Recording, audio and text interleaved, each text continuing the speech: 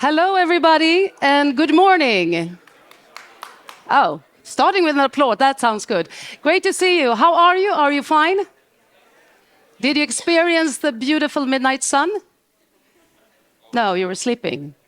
That's hard because the sun was up the whole day. My name is Karin Hübinette. I'm going to be the moderator of the seminar. I'm so thrilled to be here. This theme about the green industrialization is, of course, relevant not only for the northern Sweden, but from all of Europe. But right now, being in Luleå, you are in the very heart of where everything happens. And it's not just a matter of fossil-free steel or battery production, as you well know. The green transformation will in many ways have implications in all parts of society, where we live, who we are in that particular community, and what life will be looking like in the future. And to achieve this green revolution of the industry, much needed in all of Europe, it will take cooperation in many fronts. During this meeting, you will be given perspectives from a variety of speakers from all over Europe. But your own participation is ever so important. By attending this meeting and by sharing your own experience and opinions, you will contribute in the most essential way. So, for instance, when I will ask you to pose questions later on, please contribute with your opinions and your thoughts. And you can do this live, which I hope you will prefer, or you can use Slido, and we'll look upon how this works if you haven't tried it before. In Sweden, we have something called Menti, which I think everyone has endured, but it's practical. So you enter slido.com on your mobile phones, and the event code is ESPON. Now, you might think this is a very traditional way. There is also a QR code. So either you use this way, enter to slido.com, and use the event code ESPON, or as you can see on the next slide, we have the QR code. And there you can pose questions all during the day, and there are going to be some specific parts where we have an open discussion.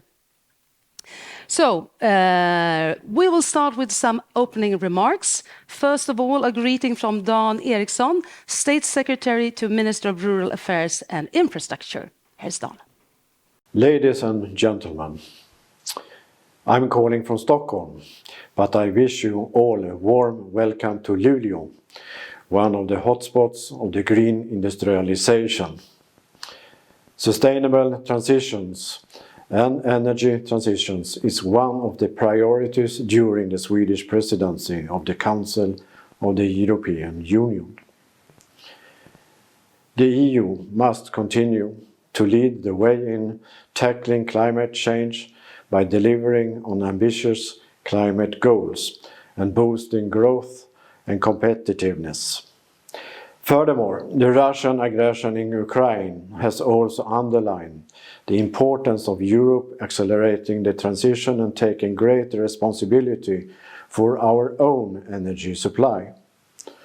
In periods of industrial and technological transition, early movers have a competitive edge, and European companies and industries are already leading the transition into a circular economy.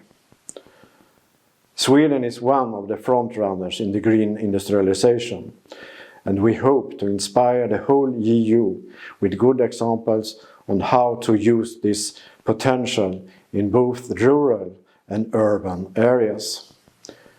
Investments in green and fossil-free steel production, like here in Luleå and in the neighboring city of Boden, are good examples of this development, as well as the electric vehicle battery production in the city of Skellefteå. The development of sustainable mining and not least new solutions within bioeconomy and forestry creates a lot of possibility. The supply of cheap and reliable renewable electricity is one of the main reasons why these investments are taking place in northern Sweden. The use of biomass is an important component of the transition to sustainable energy because it's one of the few renewable energy sources that can be used to balance an energy system that has become more and more dependent on wind and solar energy. And we know from forecasts that this energy production must increase during the coming years. The development of the green industry and the growing bioeconomy are vital for rural areas, which Sweden has highlighted during our EU presidency. And we will continue to keep these issues high going forward. Thank you so much for your attention. I wish you all a productive and inspiring day and a fruitful seminar. Thank you so much from Stockholm. All right, we will continue with the president of the Regional Executive Board, Region Norrbotten. Anders Öberg, very welcome. Give him a warm welcome. The stage is yours. Thanks so very much. And dear guests, it's my pleasure to welcome you to Norrbotten and this ESPON Seminar in Luleå. My name is Anders Öberg, and I am the chair of the regional board.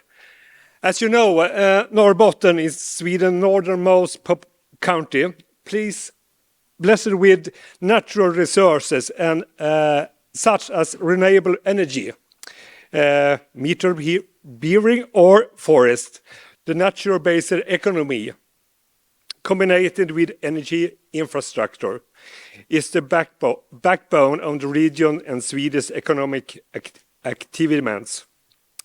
I have another slide. Then, Norrbotten has taken the forefront in the green and global transition. Close 1 billion Swedish crown will invest in climate-smart solution by 2040. LKAB, SSAB, and Vattenfall are developing hybrid in Luleå and Gällivare. Heart for Green Steel is investing in Boden, unique and world-leading solutions to produce fossil-free steel without carbon. LKAB will start mining that you hear early in this winter, refining rare earth metals we are needed in the global transition for the climate. Norrbotten is also European Space Center, and we will soon launch small satellites for climate monitoring and research. Forestry is both the industry and a small-scale business that, through production of climate-smart buildings, materials and paper productions, has driven the regional economy for a century.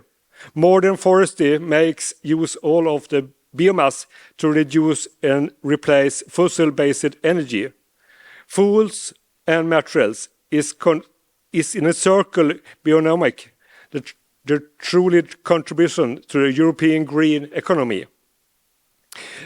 The region university and the research institute play an important role in the green transition. The innovation system of Norrbotten is rooted in the tradition of heavy industry, acting conditions and ambitions for sustainable future. Here, in EU structural funds and research funds, allow companies, society, and academia to build innovation capacity. However, the region's advance is also create challenge. Picture one, attraction and rating teams. Attraction and rating talent is one of the biggest due, for example, the long distance to Stockholm and Europe, and the perception of Norrbotten is a dark and a cold region. Perhaps not this time of the year. You see the light all the night, exactly as Karin tell you in your introducing. The fact combination with the aging population creates short of talent needed in the industry or in the public sector. The lack of people and thus local business grown and puts pressure on public service. The ability to attract and retain talent has therefore become a priority. in average, the employment rate for Norrbotten is low as 2%. Picture 2, the mass increased fossil-free electric products reduce for the new industry production in a growing society economy challenge. No large-scale wind farm is in the part of the solution, but will need to be implemented taking into consideration to the potential impacts of key stakeholders, such as the culture of ES only recognize indigenous people the same way, and you probably have heard more about that on these days. With the reindeer hearing, the growing tourist sector and other local actors, whatever is wind power, mines and other natural resources uses, land use conflicts are constantly relevant. Another challenge in the green transition against the region's dependency is nature-based economy. This may lend of more vulnerable economy and hence a focus of development have to be different care of the economy. Norrbotten will continue to be contribution to the European economic by delivering resources and climate-smart solutions. This demands a balanced approach with investment not only the green and digital transitions, but also in people in this society.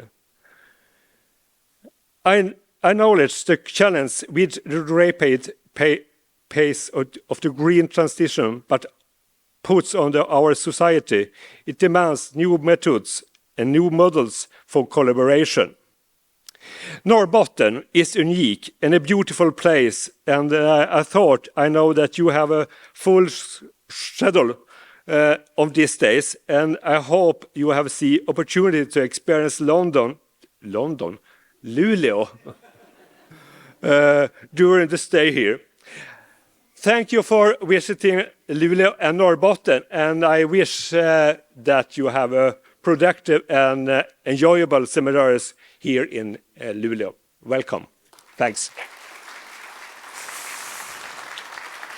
Who would ever like to go to London when he can be in Luleå? Thank you so much, Anders. Last but not least, I'd like to welcome Viktor Sidarovsky, Director of ESPON EGTC. Please give him a warm welcome. Dear ladies and gentlemen, dear friends of ESPON, soon to be friends, those that don't know ESPON, Anders, many thanks. We feel welcome to the London of the North.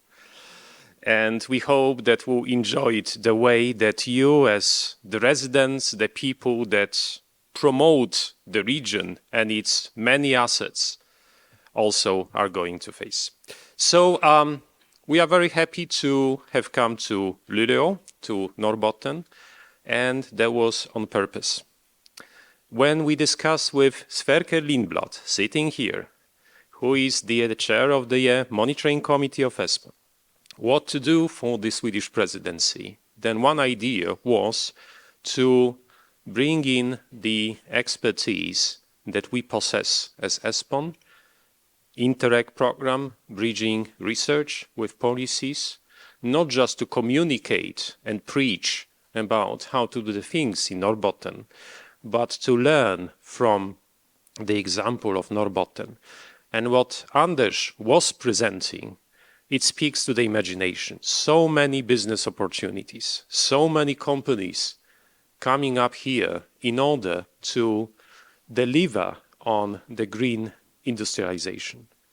And we thought we need to understand it more as a program that deals with territorial development, the territorial challenges, the territorial patterns. We felt it's important for us to understand how this delivery on the green industrialization can be achieved. So that's why we decided we go to the very center of the places in the north of Europe, Luleå, to witness not only the beautiful location, the beautiful nature, but also to hear during the day today and tomorrow how to make it the best possible green industrialization. What we can offer as ESPON, what we can draw from your experience in the north of Sweden, in the north of Finland, in the north of Norway, because many things have been happening here. And this is a very well-timed coming by us to Lulea. So we hope that this will be a very productive day today and tomorrow. So about the event itself, we call it ESPON Seminar, and by the program you might have noticed that it's actually a sort of a very vibrant brainstorming opportunity. We want to engage all of you in the process that very often in technical terms we call co-creation, because we believe in your knowledge, in your expertise, in your perspectives, and we want to put it all on the table and then also to include in our policy paper the draft of which you all received. So feel free to present your ideas, to share your views with us, because we want all of you to be involved in that process of contributing to the better understanding how to make the green industrialization the best possible way to achieve the ambitious climate and development goals. Once again, thank you for coming so numerous to Lulea.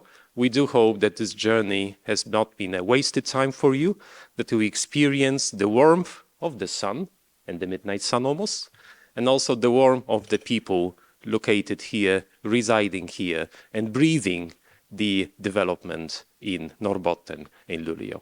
Thank you very much.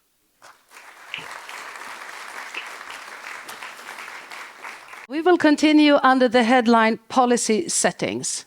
As been said, in order to achieve the shift from carbon-intensive industrial structure towards more sustainable solutions, it will take cooperations between different stakeholders. And to reach understanding and acceptance of the transformation, challenges and conflicts of interest are going to have to be sorted out. We're going to listen to 5 different perspectives, and afterwards you will be able to pose questions. So either live, which I hope you prefer, or on slido.com. Either way you like. But please don't be shy. We need your expertise, just as Victor said. So starting off, first I'd like to welcome Thomas Mörtsell, President of CPMR Baltic Sea Commission. Please give Thomas a warm welcome.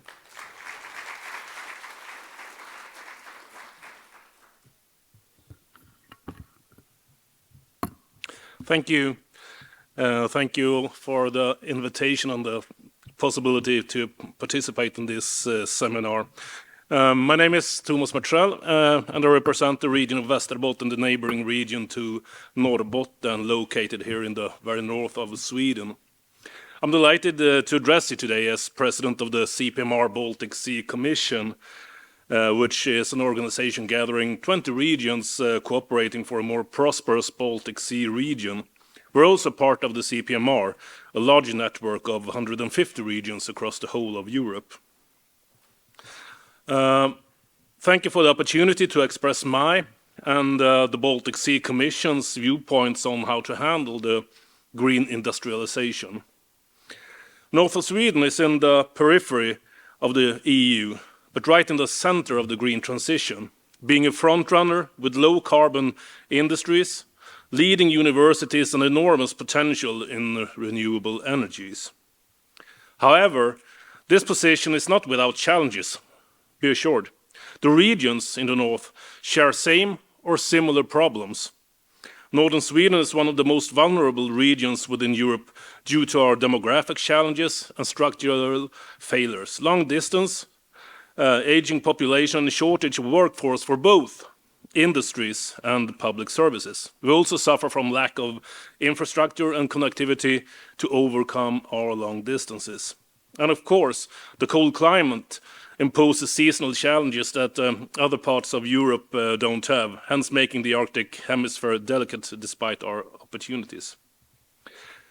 In many regards, the regions and the municipalities are more or less left alone to both execute and deal with the challenges of the green transition. On top of that, regions and municipalities have limited resources, leading to a bottleneck concerning strategic actions.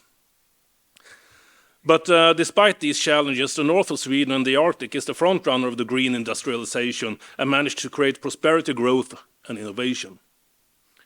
We have in the past overcome obstacles with the help of the European Union. Now we need more EU support to overcome these challenges and speed up the delivery of climate-smart solutions to the rest of Europe. I now intend to elaborate on matters that can help our regions to realize the mission to reach the potential of the green industrialization and create sustainable conditions in our Arctic hemisphere. Firstly, more cooperation is needed. More cooperation is crucial to overcome our challenges and proceed to the green industrialization. The regions from Northern Europe should pursue even deeper cooperation among themselves, but also with other regions around the Baltic Sea region and Europe. We also need to continuously receive enhanced support from the EU to realize the potential of the green industrialization. Secondly, better connectivity.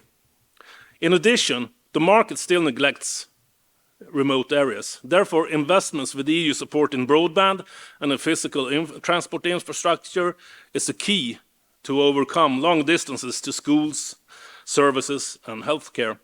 But also facilitating cross-border mobility. Investments in important infrastructure projects are needed to realize the potential of the green industrialization.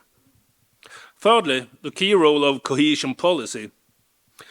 The EU structural funds do play and will continue to play a major role in the regional and sustainable development of our regions in the north of Sweden and help turning our challenges into opportunities. For an example, through EU funds we have in the past built a solid foundation for competence enhancement. Through the EU's cohesion policy and funds, Northern Sweden has prioritized initiatives that strengthen and develop employees' skills and adaptability to meet new work methods and new requirements.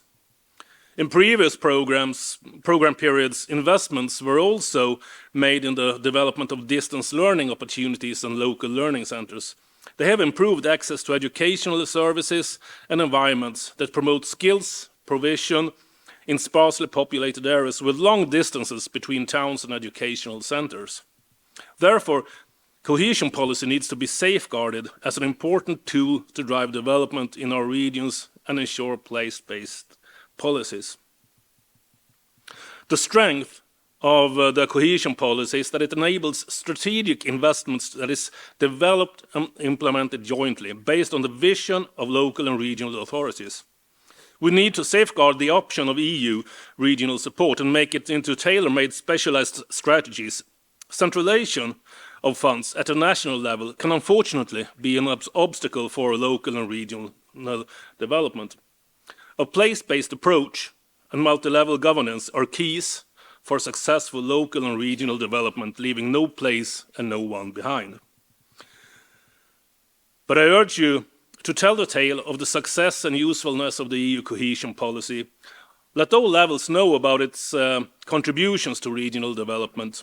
The national and the EU level need to maintain and increase an active investment policy in our regions based on our specific needs to reach the potential of the green industrialization. Lastly, together with more cooperation and the support of the EU, combined with a place-based approach, we have the potential to create attractive and resilient societies. Together, we can cooperate and realize the full potential of the green transition. Thank you. Our next speaker is a land user consultant at Sápmi Parliament in Sweden. Is also a digital map specialist. Please welcome Tuomas Kummonen.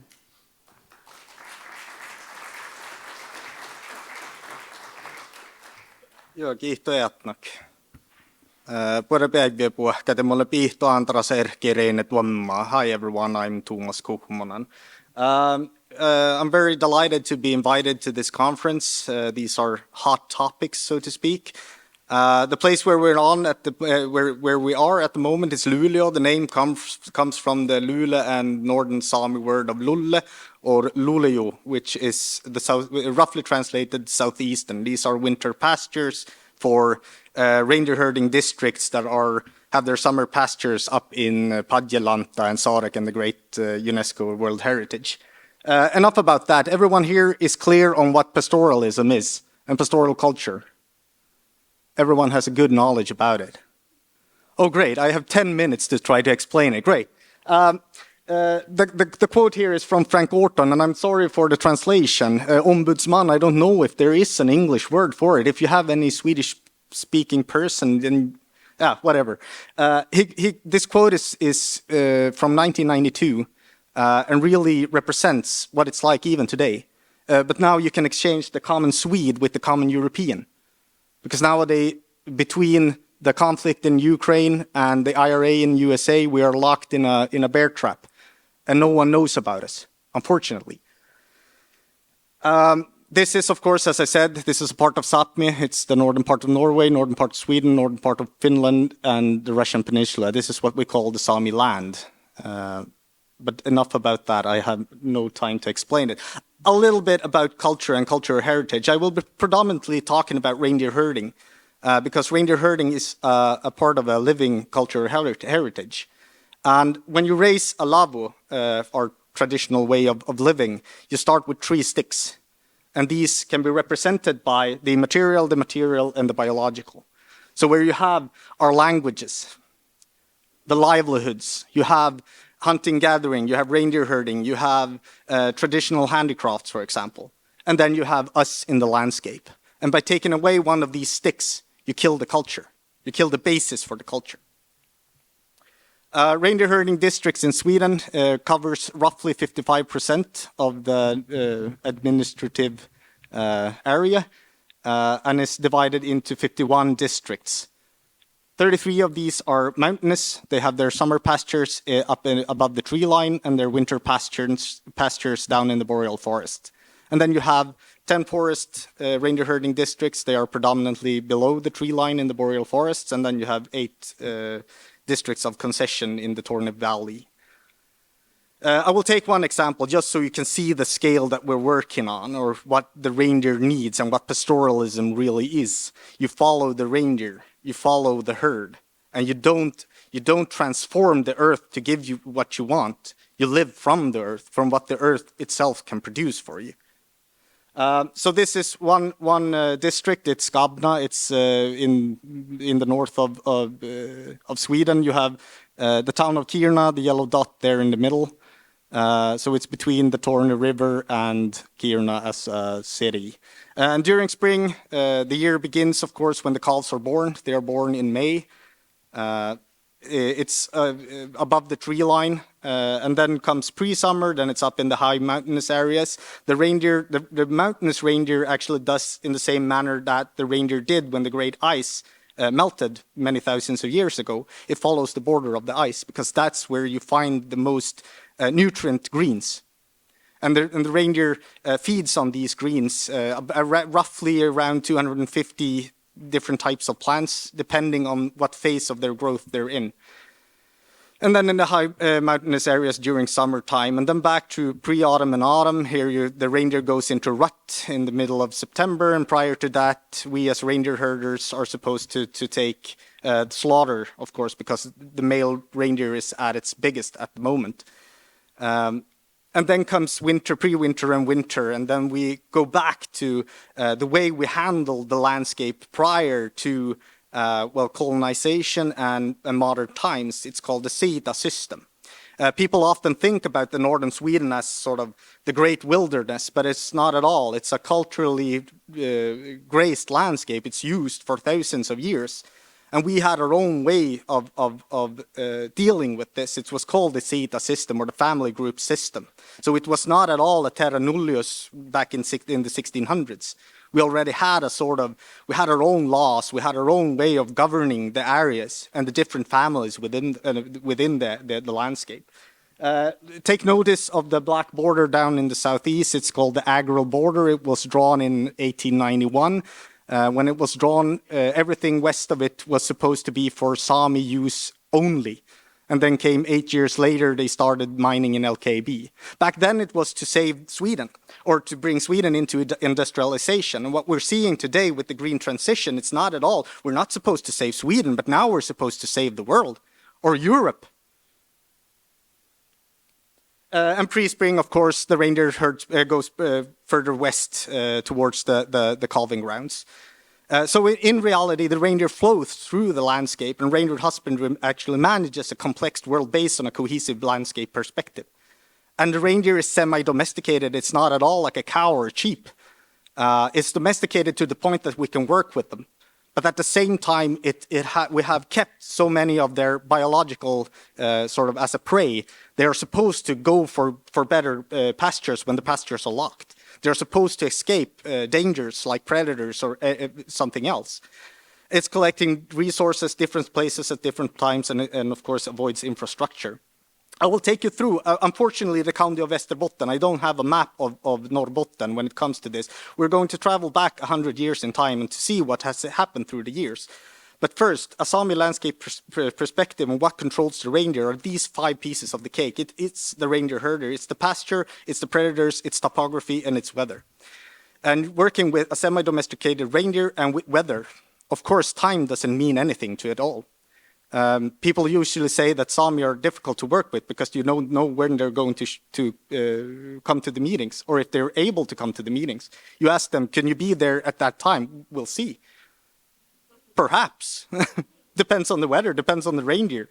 But these are the 5 cakes that sort of rule the lives of a pastoral culture, in a pastoral culture and Sami reindeer herding. And I want to go back to 1987, because this is key. What is the sustainable development?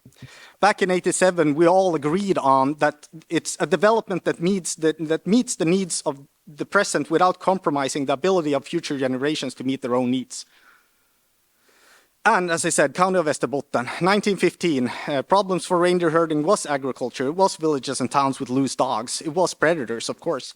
Roads, railroads, hydropower, but the roads back then, there were cow trails. They were not at all the E4s and the E10s and everything that you see today.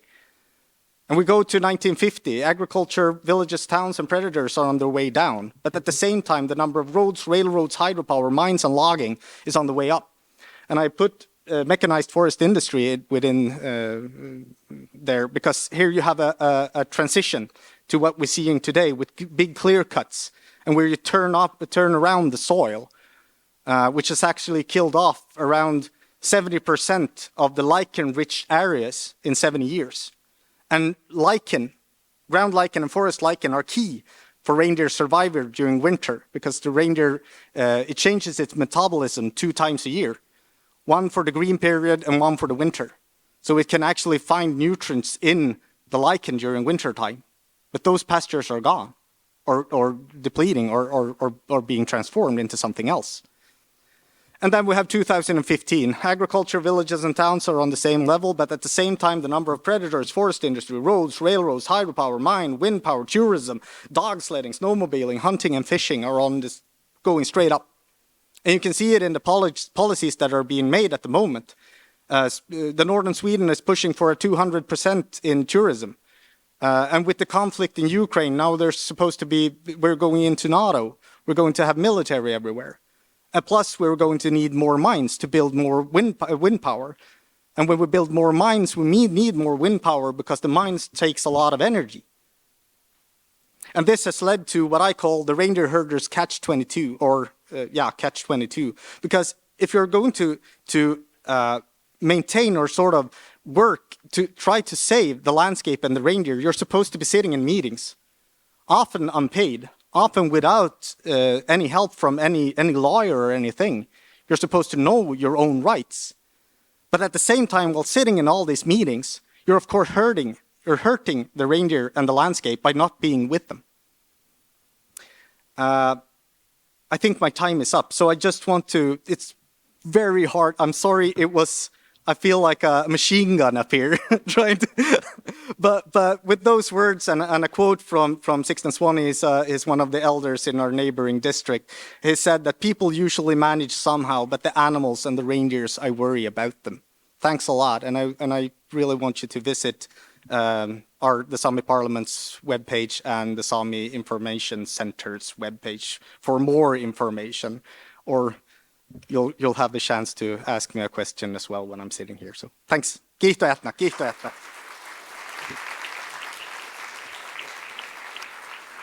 Well, a most interesting machine gun anyhow, Thomas, so thank you so much.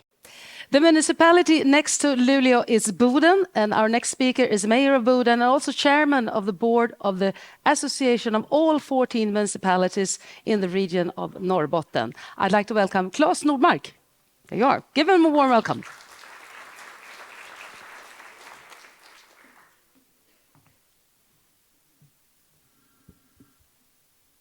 Thank you so much. And as the Mayor of Boden and the Chairman of the Association of the Municipalities of Norrbotten, of course, my title is Municipalities, the Foundation for a Green Industrial Revolution.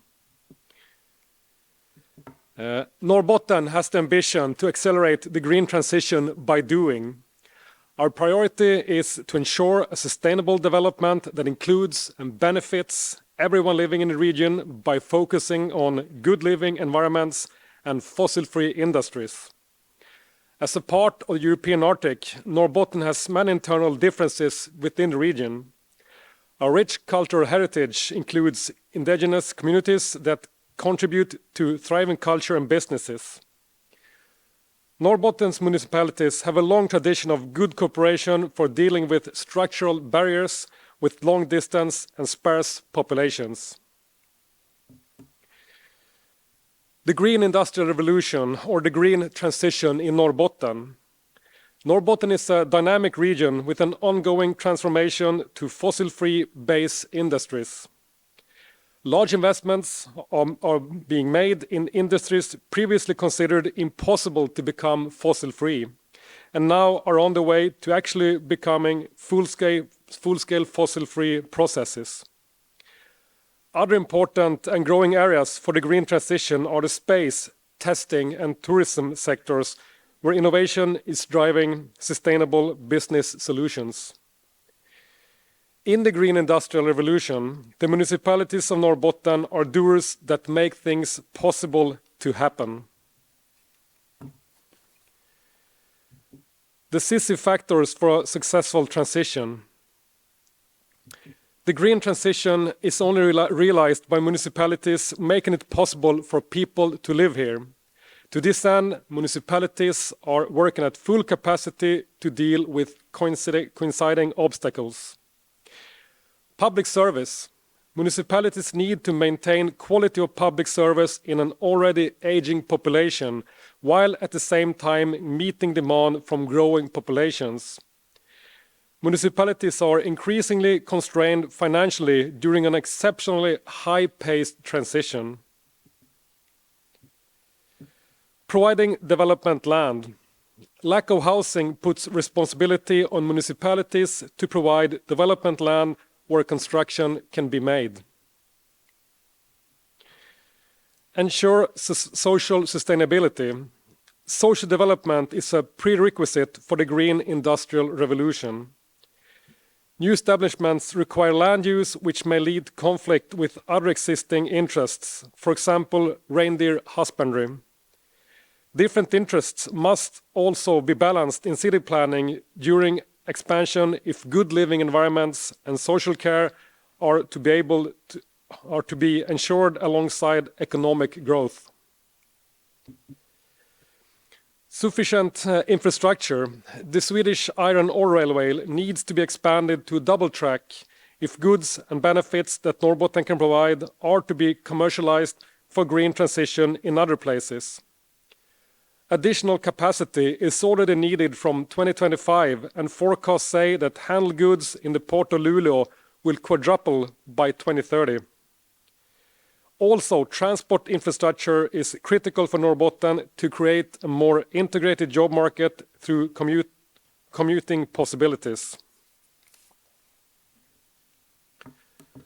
And of course, people.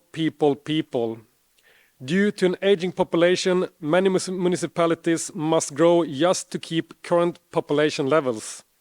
it is highly important that municipalities succeed in attracting and retaining people in working age within different skills and varying levels of education. Competence for industrial, public and private sectors in society are equally important. Now let's have a look 10 years down the road. A leading green industrial powerhouse providing sustainable solutions for climate neutrality in other regions. If things go according to plan and obstacles are overcome, Norrbotten will realize its potential as a regional powerhouse that creates possibilities for other regions to become climate neutral industries and societies through exports and know-how. In the process, Norrbotten will demonstrate pathways to socially sustainable green transitions in areas with structural issues and inspire other regions to find similar solutions. Major energy producer and user, clean energy producer and importer-exporter in an increasingly integrated region. Public authorities forecast Sweden's electricity use to rise from current 140 terawatt-hours per year to 160 terawatt-hours by 2040. On the other hand, high-level scenarios estimate an increased electricity need to 240 310 terawatt-hours by 2045, with the majority coming from Norrbotten. Estimates for Norrbotten are uncertain, but if ongoing projects are realized, energy needs will increase drastically in the coming years. Norrbotten will soon become net self-sufficient in relation to electricity and eventually experience bigger demand than supply. To overcome this, renewable energy production and storage will have increased in the region. Norrbotten has importing needs which may have incentivized new renewable energy transfers, such as hydrogen pipelines between Sweden and Finland. Promoter of regional integration. Deeper integration with neighboring regions in Finland and Norway is expected in security and infrastructure to increase resilience and connectivity to European and global markets. Melting ice in the Arctic Ocean creates shipping opportunities through the Northeast Passage to Asia, which is estimated to decrease shipping length by 40%. Norrbotten then connects the Northeast Passage to the European transport network by rail through the Botnian Corridor, making European markets more accessible globally. A complex transition requires nuanced action. While the future is bright, our challenges require cooperation between political levels, public and private sectors, together with academia and civil society.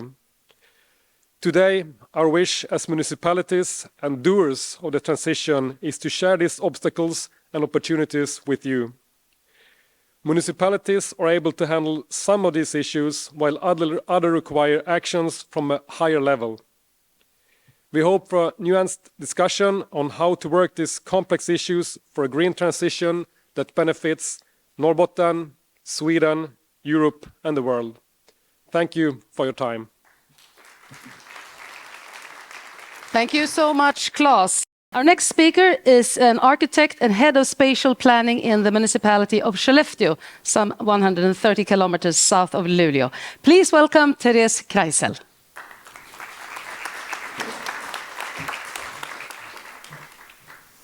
Thank you. I provided a big presentation with a lot of slides, but decided yesterday evening that I will only speak based on a few of them, changing my subject slightly. I want to talk about attraction. I want to talk about strategies for human architectural scale. I want to talk about the softer parts of what we are doing. The green industrialization of the north and the energy needed is parts that will bring a lot of people up here. There will be a need for a lot of people to be recruited for the industry. There will be a need to recruit a lot of people to actually sustain development. And thinking about putting slides together brought me on a journey of thoughts that actually comes from the human heart. What makes people thrive? People thrive from meeting people. Development can only be sustained if you can provide people that can be innovative. Innovation comes from people meeting other people. Innovation comes also from letting people with creative minds grow. And that is part of architecture. We are in the north, in the center of attraction for the world, for industrialization, but not to forget that it comes with people. We're already talked a lot about the hard facts, so let's talk about the soft facts. We have global goals that we all contribute to. I believe most of us wake up every morning trying to save the world. So let's address goal number 5, gender equality. I think it's the base for growth. I think it's the base for growth in architecture and the way we plan resilient and permissive societies. And I think it has to be addressed more if we want to create the growth that we want to have. As an architecture, we work out of strategies. Can we make strategies that will enable growth and development that we need, that we want?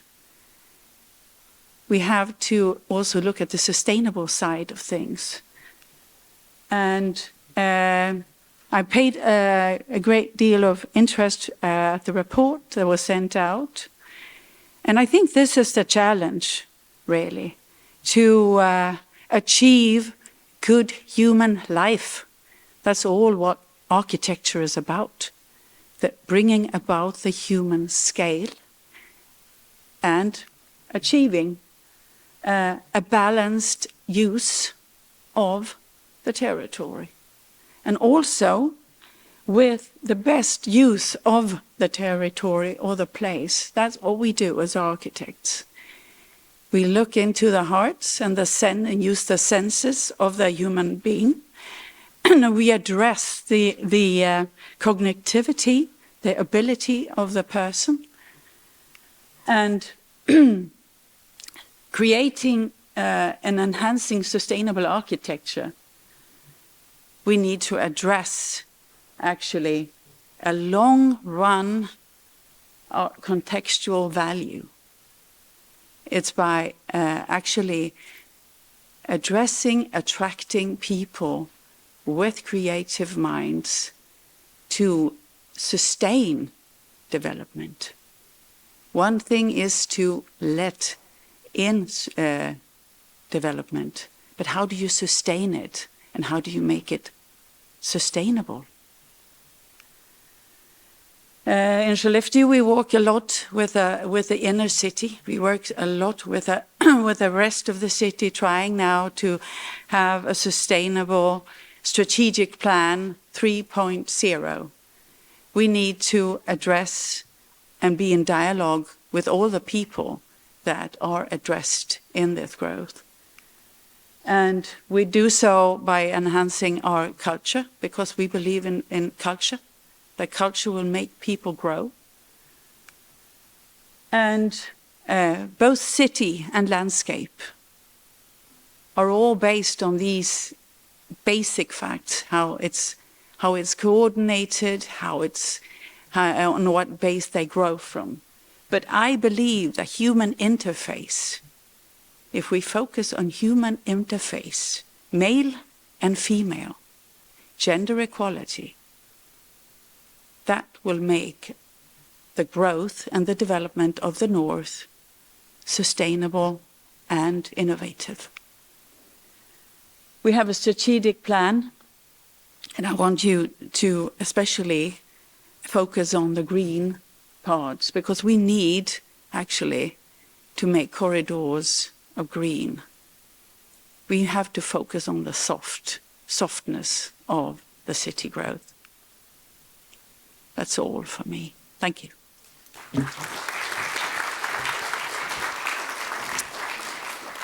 We are leaving Norrbotten and going to Spain. So I'm happy to welcome Juana Lopez Pagan, the General Director of Policies Against Depopulation in the Ministry of Ecological Transition and Demographic Challenge. Very welcome, Julia. Juana. So good morning, and many thanks for the opportunity to speak at the beginning of this fantastic seminar, to share with you some reflection and ideas that we are doing for the government of Spain, and there are the basis for our priorities, goals, and legacy for the next Spanish presidency of the European Union. So many thanks. And first of all, of course, congratulations to the ESPON team, to the ESPON program, to the Norrbotten region, to the Lulea city, and of course, of the government of Switzerland. Thank you very much. You know that the gap between urban areas and rural territories or smallest municipalities is a reality that translates into a difference in rights and opportunities. Hence, the importance of the 2030 territorial agenda, which aims to generate a sustainable future for all places and people in Europe. The problem of depopulated territories have emerged as a public problem, a public issue in Spain in the last year. But it has not been since 2020 when we start a national public policy to fight against depopulation and the demographic challenge. The current government of Spain has launched this national public policy, and after 3 years in the chart, I have some conclusion to draw and to share with you. First, the fight against depopulation is the fight against inequalities between territories. Sectoral policies have produced territorial imbalance. These visions implies that must rethink the relationship between urban intermediary places and rural cities. The current model of governance, of concentration of people, service, investment is unsustainable and is not fair. And this is the conclusion. The demographic challenge is a democratic challenge, whose approach must be put in the center the rights and the opportunities for the people that live in places that doesn't matter. We need a national and European comprehensive perspective, and the deployment of this policy against the demographic challenge must be carried out in a framework of multi-level and multi-actor partnerships. That is why, since the government of Spain are redefining our territorial model with a new approach and a new model of governance according with the 2030 territorial agenda to strengthen the territorial dimension of the sectoral policies at all levels of governance. In 2021, the government of Spain approved for the first time a national action plan called Plan of 130 Measures Against Demographic Challenge. But this is a plan that has a very high budgetary commitment for more than 13 million euros. The national plan are oriented in many objectives: economic diversification, promotion of innovation, improve for rural and urban links, provision of basic service, full digital connectivity, and incorporation of the territorial and rural perspective in the government decision-making process. It is worth to mention some concrete measures. We haven't time to extend all the initiatives that we are working in the Spanish government, but you can see in the map, the investment in all the territory and with the different measures that we are launched in the last 3 years. These initiatives are very in line of the 2030 territorial agenda.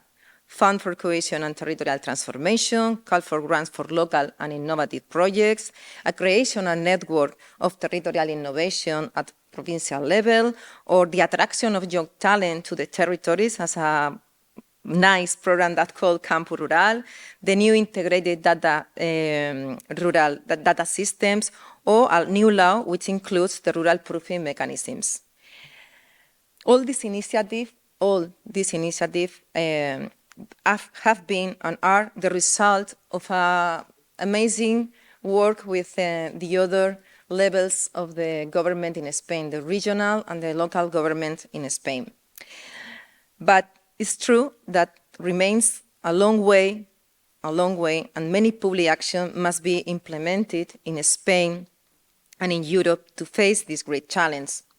And the territorial agenda must be one of the drivers of the new cohesion policy and the framework of the national policies. For that, I want to point out the relevance of the review of the Territorial Agenda 2030 to improve communication, effectiveness, and analysis to contribute to a stronger territorial dimension in the regulation for the European Union cohesion policy after 2027. The contribution of ESPON will be crucial, and this is one of the main priorities of the European Union Spanish presidency: support that the Territorial Agenda 2030 will be a real tool, action-oriented, capable to influence policies on the ground, in concrete praxis and all scale, and identifying its added value in a new context with unknown trends and challenges and with an effective and good governance. We want that the next presidency of the European Union will be an opportunity to focus public efforts and advancing towards a society that guarantees something as essential as equal rights and opportunities throughout the European territory. The two principal objectives for the Spanish presidency are, first, a fair Europe, territorial justice. That means that we must promote and develop public policies for socio-territorial cohesion, complementing traditional sectorial policies, providing a transversal and territorial vision in favor of territorial balance and ensuring the full effectiveness of the rights of the citizen to generate active, inclusive, and functional territories. And the second one is the role of the intermediary cities that are the key nexus of social cohesion and equitable distribution of service and opportunities and rights. Finally, let me share briefly. In the middle of November, we have the pleasure to be the host to the ESPON Week. I be very happy to be here, to be part of the ESPON family, to join with you this reflection, to learn about the colleagues of the Swedish presidents. Berker, thank you very much. Congratulations for your fantastic work on green industrialization with territorial perspective. Thank you very much. And it is a great honor for me to receive from the Swedish presidency the baton of the European Union presidency on behalf of the government of Spain. So thank you very much.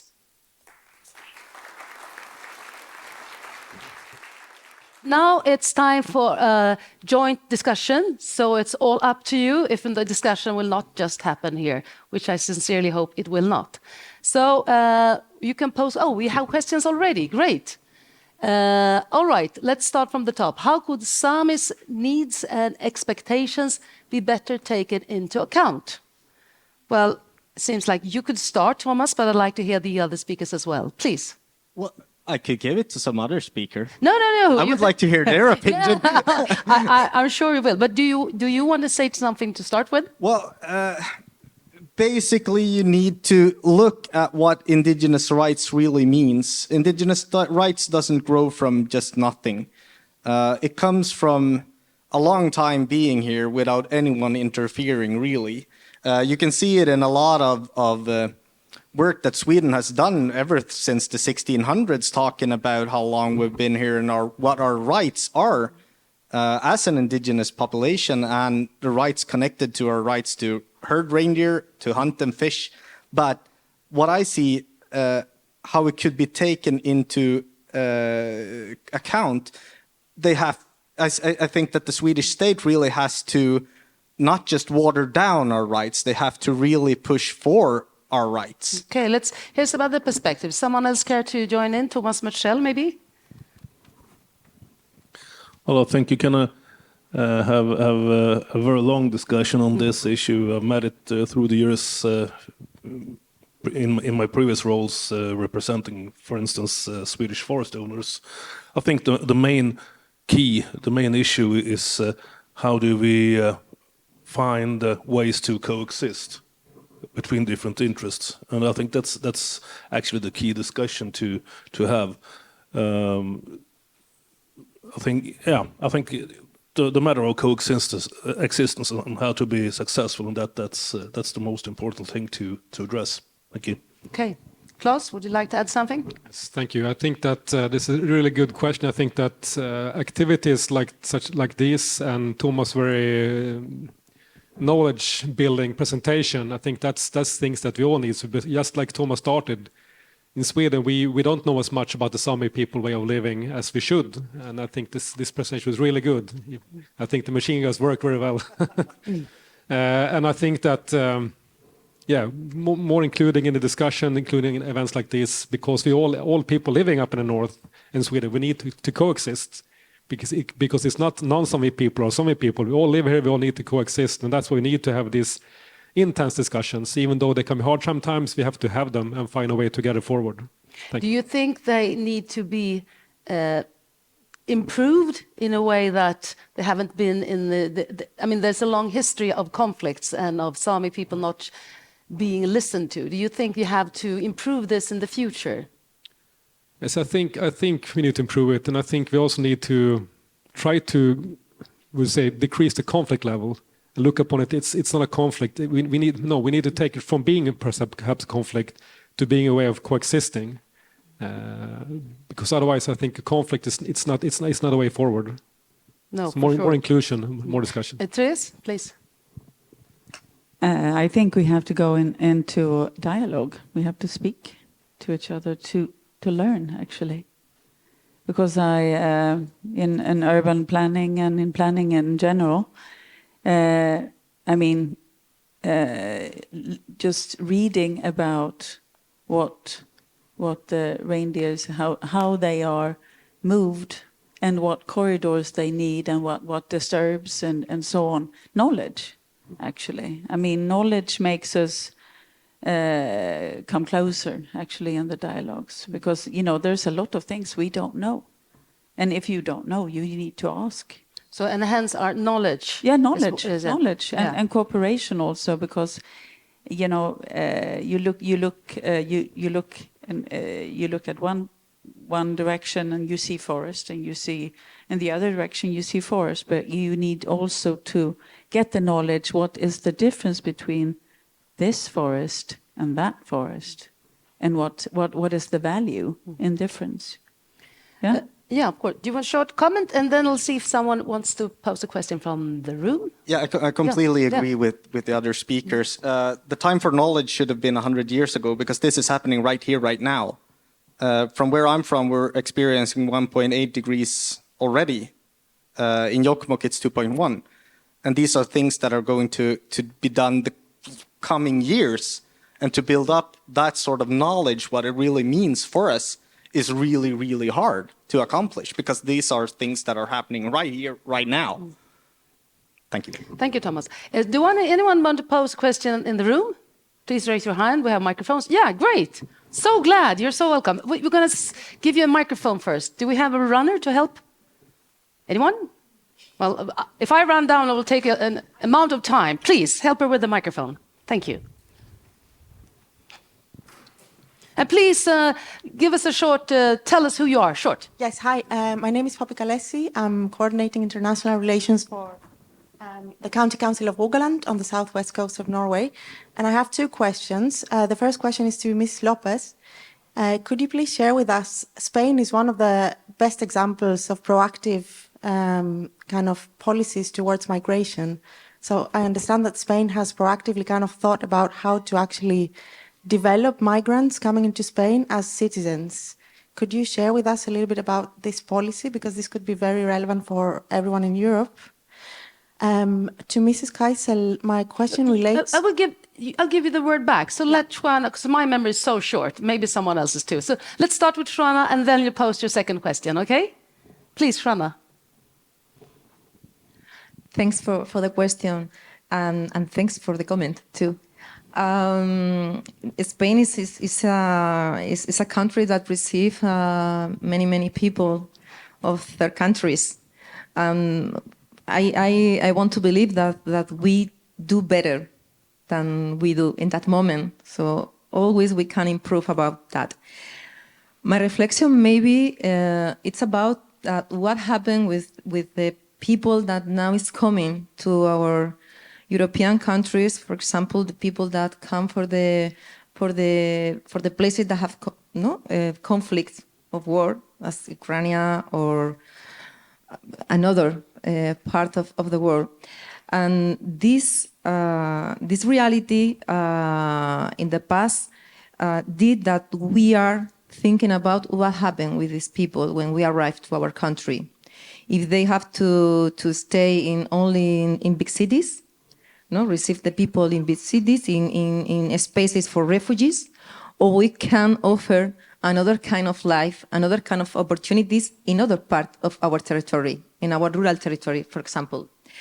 But this is a question that is not easy to solve because sometimes I think, okay, if we have the opportunity to offer different plan of life for the people that come into Spain in the rural territories, we need to offer the same opportunities, the same public service that we develop in the cities.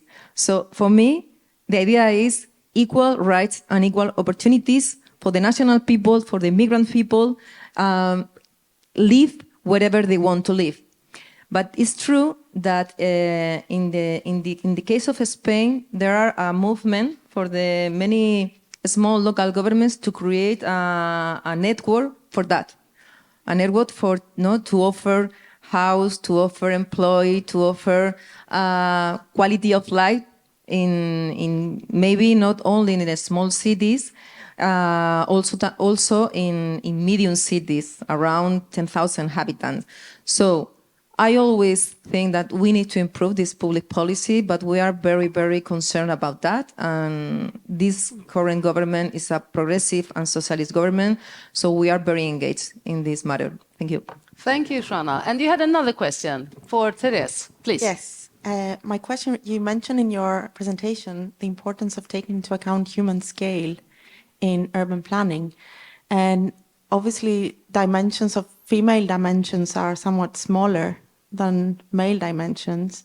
I just read recently a book about invisible women in urban planning, how, since everything is designed according to male kind of scales, a lot of infrastructure and, technology and things are just not accessible to female bodies. Do you have any reflections on how to kind of account for the smaller female scales in urban planning?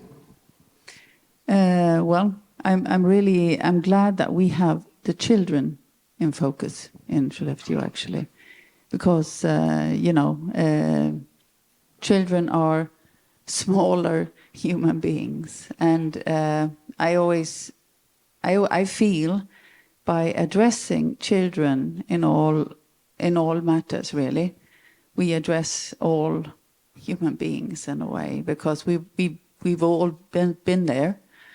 And it actually, you know, it's very seldom that I feel that there is a conflict of interest when you address children, because you really get the main needs for all humans when you address children. And addressing gender equality can be a bit problematic in a way.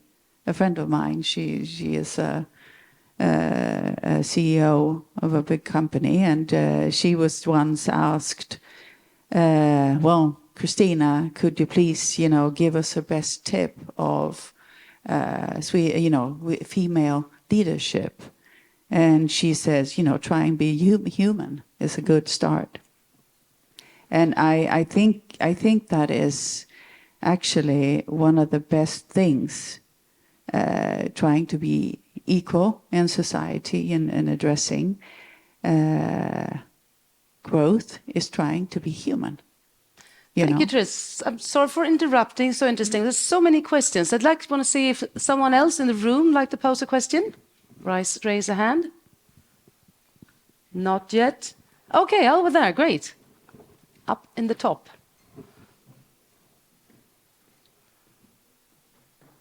So please let us know who you are. Joseph Nasser, I'm an urban planner, and I'm glad being here with all the speakers. I just want to add about the design of the cities. And yes, it should be addressed to the children, and it should be addressed to little girls because of the scale, because of the safeness, and about the design and not being oppressive.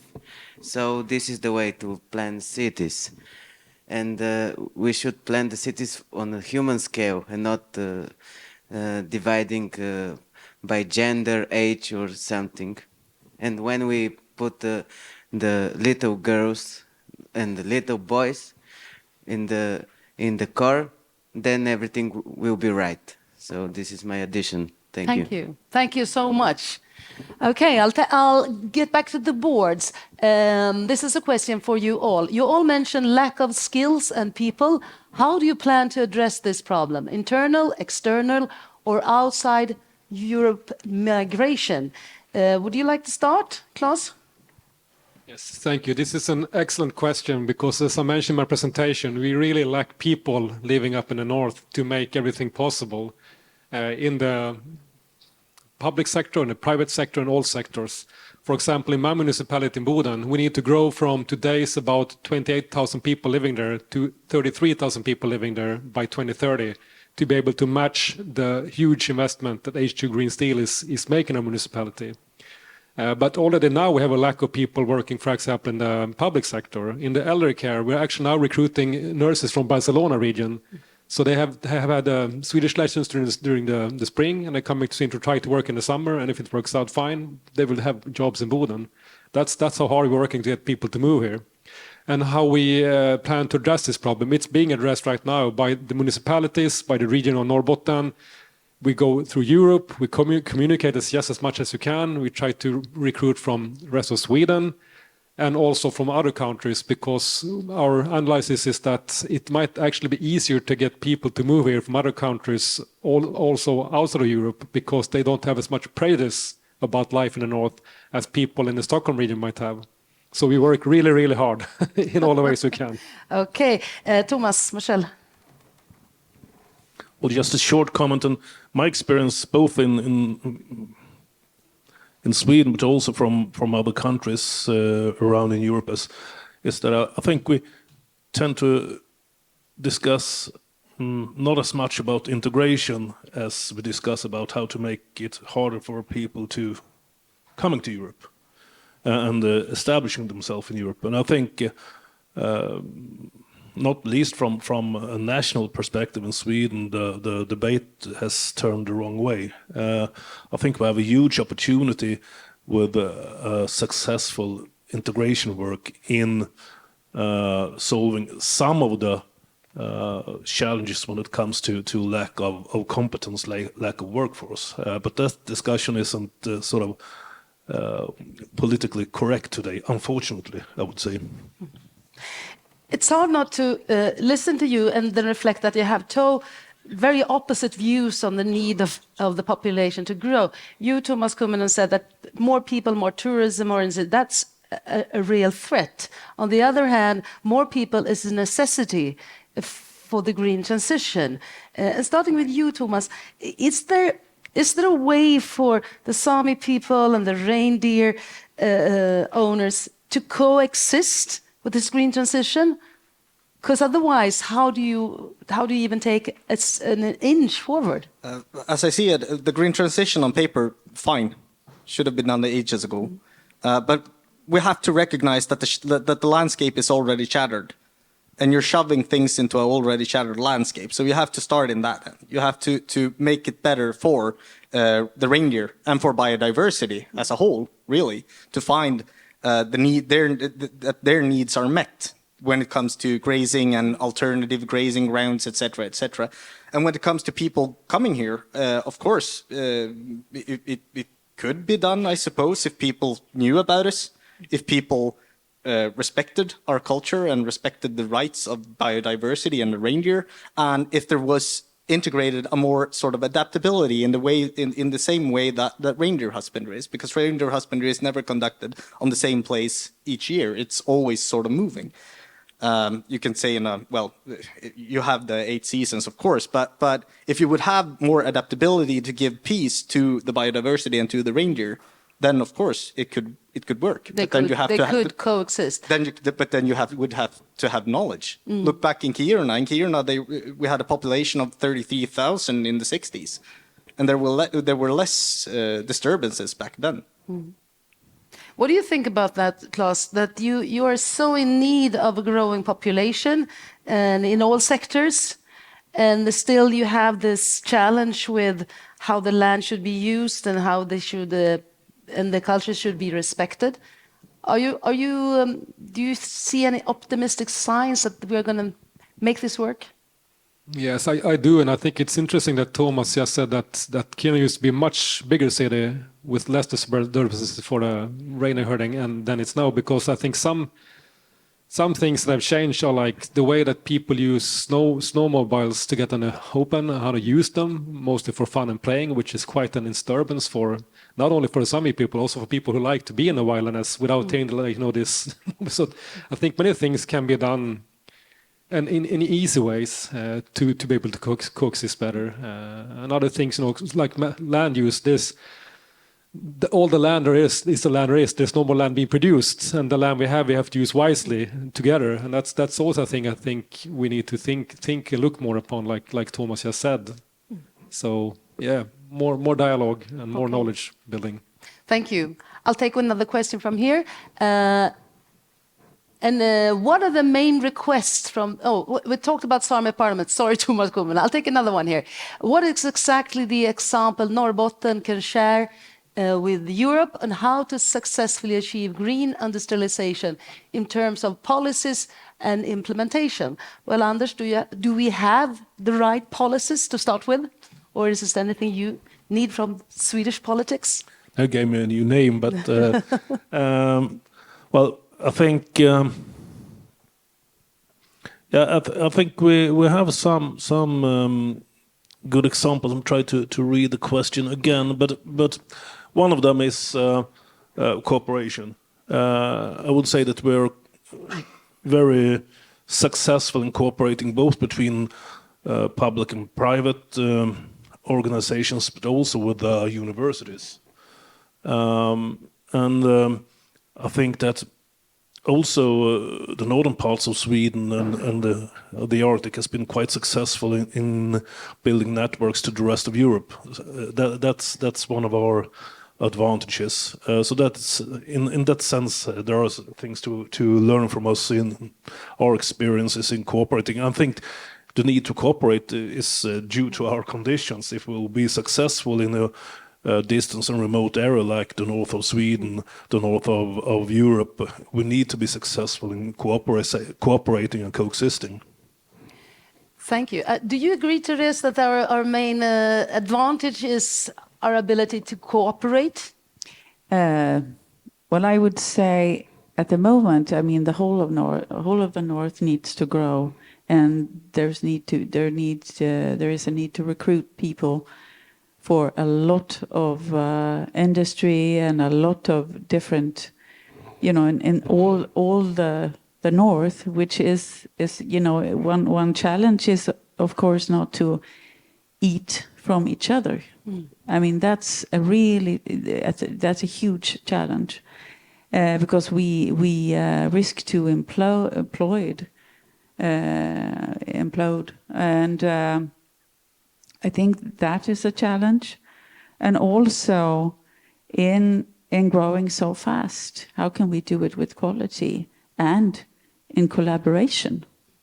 Because we need to have this ongoing dialogue with everybody, and it's like hurry the whole time. But we need to focus on quality, but because what we don't need is fly in, fly out. Joanna, you're nodding. Do you agree?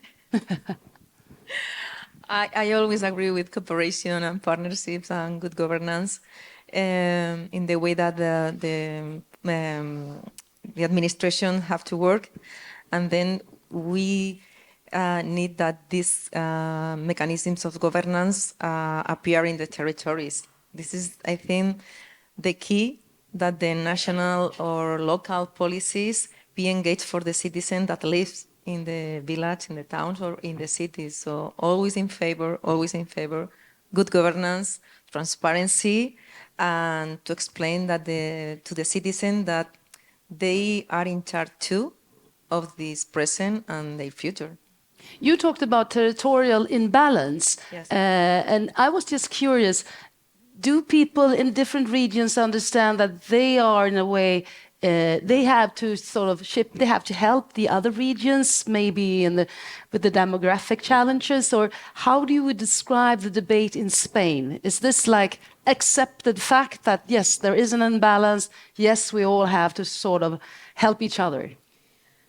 I love this reflection and question, because I always says that the demographic challenge for the depopulation is not a problem only for the people that live in village. It's a global problem. It's the problem of the people that live in cities. We need this rural and intermediary and urban link to be part of a common project. This is I resume this action as a value that it's a interterritorial solidarity. We need that exist, and to improve this interterritorial solidarity. And I think during the pandemic, everyone learns a lot, no? And one of the main lessons is, okay, we need the territories. We need to respect that happen, and the people that produce the food and produce the biodiversity, or our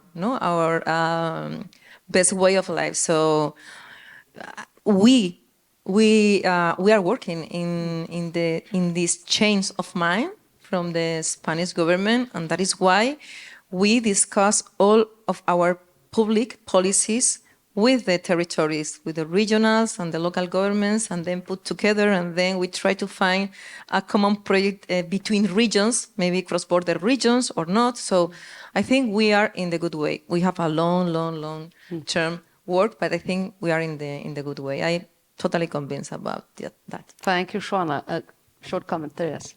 I think it's important to understand that the North, we have the green transition, but we also have the climate crisis, and that we really need to learn how to make the rural areas work together with the cities without connecting and then making more borders in the landscape. We need to work in a new way. We need to learn that. Also, what we need to learn is to respect also land for production of food, because we have a movement north we can see, I don't know how many of you have seen the reports, that the only habitable places will be up north. So we have to really respect and value land and use it right, because there will be a movement north. For sure, and we can see it happening right now all over the world. Thomas. Yeah, I just wanted to clarify my previous answer when it came to people in the area. Of course, coming with people, they come because of a reason, of course, and the reason is the green transition. And I've been to a couple of these conferences within Sweden and abroad as well. And what we're never really talking about is, why is the green transitioning actually occurring? Is it really to withhold? We have to start talking about consumption and how we use our natural resources, because we live in a finite Earth, really, and with more development and more everything, then we will saw off the branch that we're sitting on, really. So we really have to start talking about how we consume, what we consume, why we consume it, really, and see if we can do things in that way. And of course, recyclability is of course key as well when it comes to these matters, and because many of these. Within the green transition, we need more mines, we need more rare earth elements, we need more wind power, and that, of course, goes against we as an indigenous population, our needs within the landscape. So there are big questions we need to answer, and we have to look at the whole thing, really. Thank you so much for bringing in that super important perspective, Thomas. And by that, this session has ended. Please give the panel a warm applause.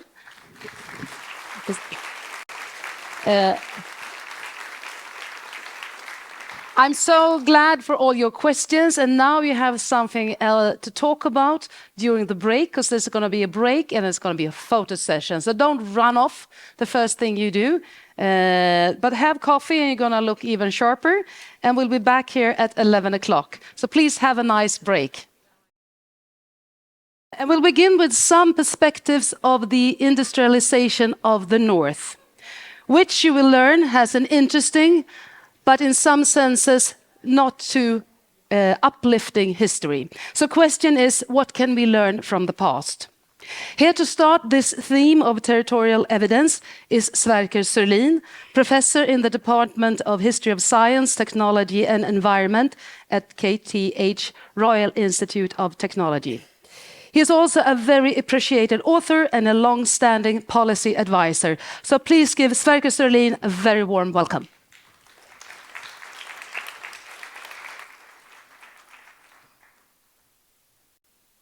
Good morning.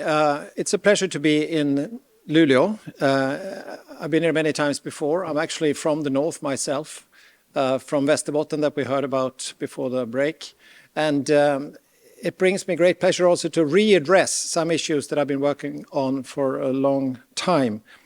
And to do this for this esteemed audience is even more pleasurable. I want to start here in Paris, not London, but Paris. And this moment of joy and satisfaction when the Paris Agreement was signed. And I do that because this is the framing kind of logic here. We want to achieve certain very, very good and acute things on the global level, on the planetary level. And we see the SDG goals, we know about them already, we can all maybe even cite all the 17. We have learned a lot. But it's not so easy to have that materialized in reality, and we are already way behind the schedule. So that's where the green industrialization in the North is fitting in. And it's already drawing a lot of debate. These are books that are about this issue in a sense. There are many others, and more will be forthcoming. A discussion is growing about what is going on and how it should be conducted, how to move forward on this. The Battery Factory, you could probably read it even though it's Swedish. The other is a title of my own doctoral dissertation back in 1988. Then there was no discussion about the green transition, I can tell you, in the 1980s. It's a very, very different mode of the North. I've continued to work on these kinds of issues for many years since then. on and off, not always, but I've moved further north in a sense. I've worked quite a lot of resource issues in the Arctic. These are a couple of things I've been involved in. Most recently, this book to the left, Resource Extraction in Arctic Communities.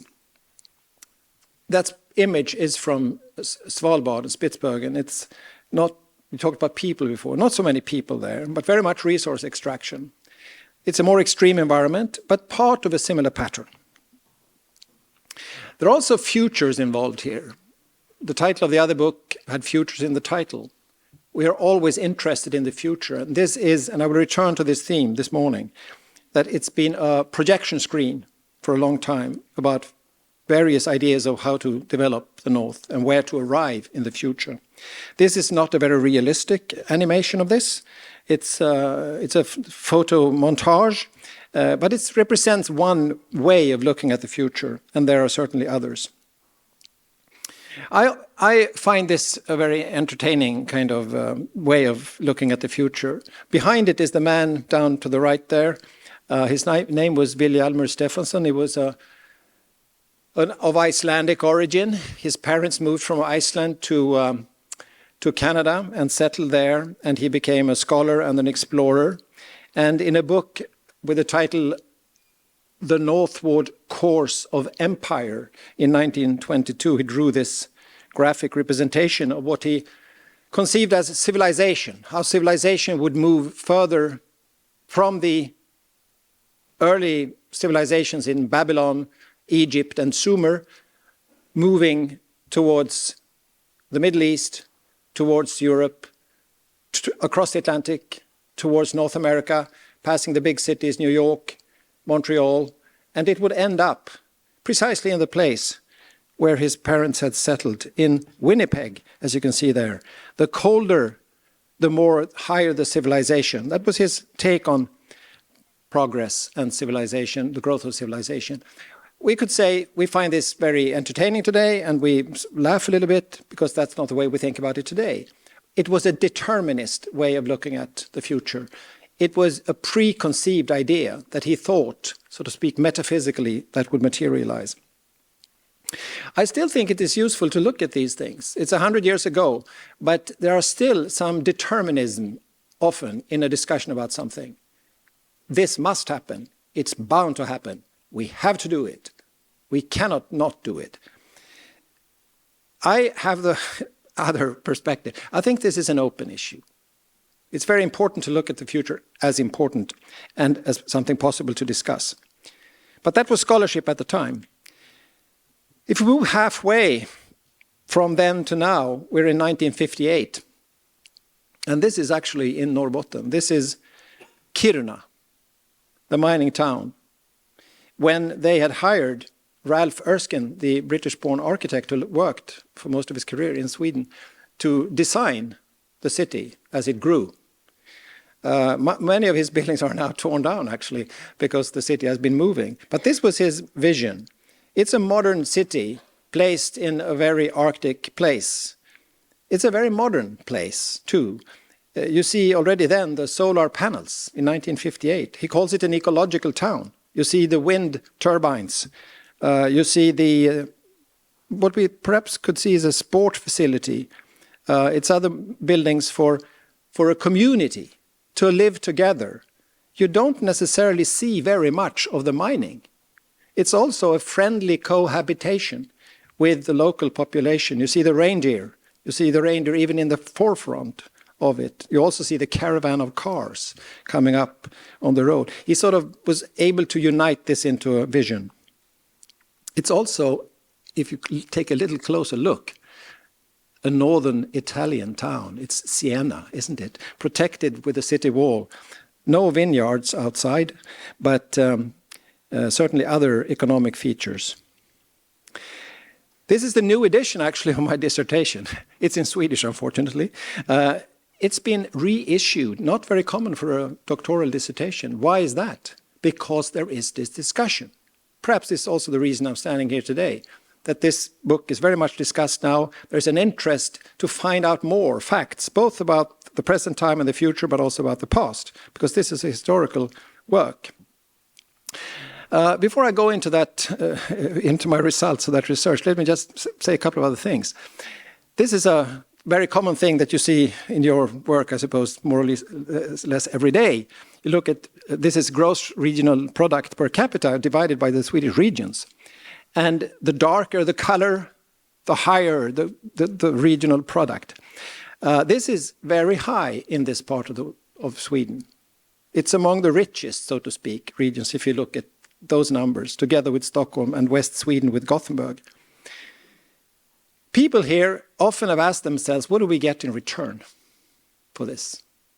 And if the green industrialization will happen as planned, this color will be even darker. And the acuteness of this question will grow even more. What do we get in return? We who already live here, be they Sami, be they local residents of other origins. Another graphic representation is this one. It's again by regions in Sweden. It's the share of greenhouse gas emissions if you look at the dark bar. And of course the largest region, Stockholm, Western Götaland, is still the leading there, with Malmö also in the south. But then comes Norrbotten because of the steel industry here. It's of course very important to bring that down. So the logic of the green transition is very, very clear. The other bars, they are about number of employees and also the share of GDP. These are much smaller, of course, but the proportion of greenhouse gas emissions and other indicators is a bit stark for this region. So there is a logic. But let's return also to the bigger picture. We need to do this without adding to the Anthropocene, without adding to pressure on the planet. And you've all seen probably by now these hockey stick curves from the early 2000s. It was a remarkable, I think, achievement of both the social sciences and the natural science to come together in this description of the world as we see it, putting more and more pressure. And what we need to do is, of course, to reduce that pressure. That again speaks to the logic of the green transition. And the graphic down to the left there is the so-called planetary boundaries diagram, critical zones in many of the parameters that we are now on the brink of actually moving beyond, crossing them, and creating an even more dangerous situation on the planet. And just to remind you, this is the Earth system trends. This is how they are driven by societal development, economic growth, and so on. The logic is obvious. This is the most recent step in this evolution of thinking around planetary boundaries. It was just a couple of weeks ago in the Academy of Sciences in Stockholm. Johan Rockström, a well-known name, I think, to most of you, was there to present that paper, published in Nature the same day. And now introducing aspects of safety and justice into the equation, and using so-called donut economics to illustrate that. It's illustrated here. Look at climate, for example. The outer boundary is around 1.5 degrees, the brown color there, that you shouldn't exceed or transgress if you want to stay safe for the planet. But if you want to stay safe for the people who inhabit the planet, those who are affected most, for example, reindeer herders, or for example, people around the Mediterranean, which are going to already experience very high temperatures, you need to even bring it down further. 1.5 isn't enough. The safety boundary is 1 degree. And the same could be done for other parameters. We don't have the time to run through phosphorus and nitrogen and so on here. But this is the logic of it all. We need to reduce it. Otherwise, the planet is disturbed profoundly. We also need to look what's going on in the world. We are, in a sense, unique in this part of the world to some extent, but many similar things happen in other places. These kinds of big projects have been studied by Martin Arboleda in a book that I really would recommend everybody to read, The Planetary Mind. There are thousands of these projects.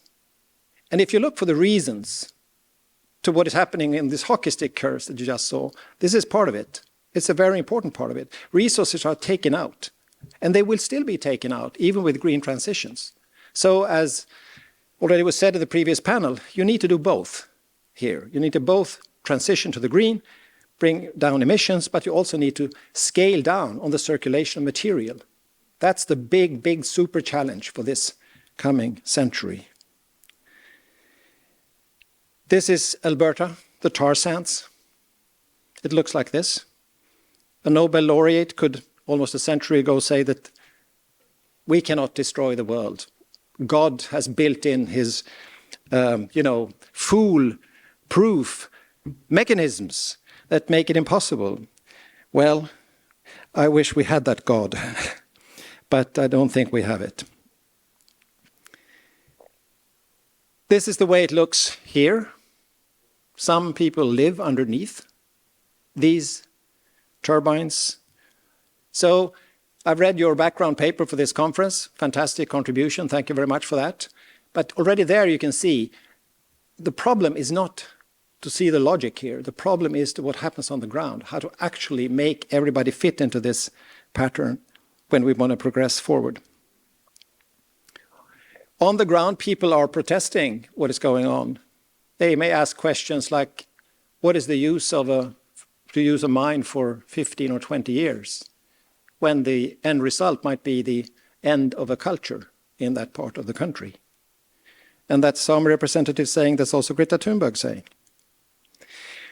Again, nothing unique. You find that all over the world. And some of those who argue against mining have a certain kind of opinion. Other miners, like coal miners in the United States, they vote Trump because they precisely want to keep their industry. These are social tensions that come in processes like the ones we are entering into here. And it's just to think about them and deal with them and dialogue about them. The main results in my dissertation were these. The North have been producing futures for 500 years. Industrialization was very much about what is the future we want, not just what is the future that needs to happen deterministically. It was also about polarization. It was a period of conflicts growing and around natural resources and how they were going to be used, and also a scientization. Scientists were called upon from the fighting camps in the political debate to support their position, and both camps found their scientific supporters, I can tell you. This is the future, going back 16th century map. Wonderful things. These are the industrialists to the right, one of the most prominent of those in the paper and lumber industry. On the left-hand side was one of the most vocal critics of the development, who became very popular among the Sami already a century ago. And you see him also carrying a placard there in the middle. His name was Carl Lindhagen. Franz Kempe was the one to the right, who had many industries himself. And here are the scientists that produced pamphlets and brochures to support their various camps in the debate. It was very fascinating. It's all in that dissertation. It was great to see the correspondence about these things. Also the novels, the artwork, or artists engaged, mostly on the critical side. They critiqued the forest companies already then for their clear-cutting strategies or for dubious business practices.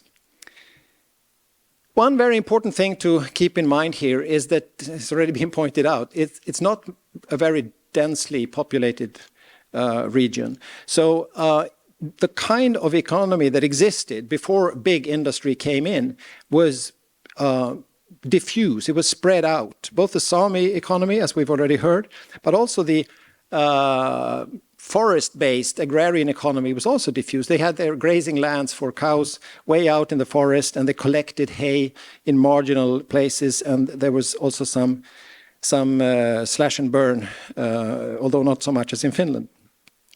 And again, authors who argue that we should build the big industries, they are the future, and other artists, photographers, and authors who said, even in fairly recently, in the late years of the previous century, that argue that we should be careful and cautious. We should be when we move into this. Here is the Umeå-based photographer Sune Jonsson, who won the Hasselblad Prize, a very prominent. He often went back to these kinds of environments where people have settled and formed a farm and built a living, and then photographed these young boys, when they were grown-up men, there was nothing left. They had left. There are many places in this region that have been left. The question, what did we get in return, is always there here. It's something to keep in mind. I would like to point to 3 stylized development paradigms to summarize this long history. First, we had this industrialization 1.0. It was based on this diffusion of population and a company town urbanization that centered mostly around mines, but also to some extent around a lumber industry. It was pursued in a situation that was very different in a sense. There was a surplus of labor. Many people, 1 million people from Sweden went mostly to America or South Africa, other countries as migrants. Some small share of that could be funneled off to go north, and there was not really a shortage of labor. In a later period, well into the 20th century, you see a structural change, particularly the forest industry didn't need it. It was mechanized. Not many people was needed in that industry anymore. So we see a further concentration of the population. And we see also public investment in education, in public health, in elderly care, research, and the cultural sector. The state was very active. And then we move into the current situation with green new industrialism, an accelerated, as it seems, concentration to a fairly small number of places with big investments, and an expanded and intensified extractivism. This is not a dematerialized economy. We are going to have much more freight, bigger harbors, more material. So it's this paradox built into the situation. Where it will end, when it will end, I don't know. It's starting now. I want to point to this. The state in the 20th century was bigger than it is now. We already heard that from the stage. So much responsibility is rolled out, sort of deferred to communities and to regions. The state took a more active role. We have a long history of democracy, investment in popular education, national radio, 9-year schooling system, soon 12 years. We had a coalition government that formed a unity around how to look at the labor market, to move forward together under social peace with little strikes. In Sweden, we had social insurance system is introduced.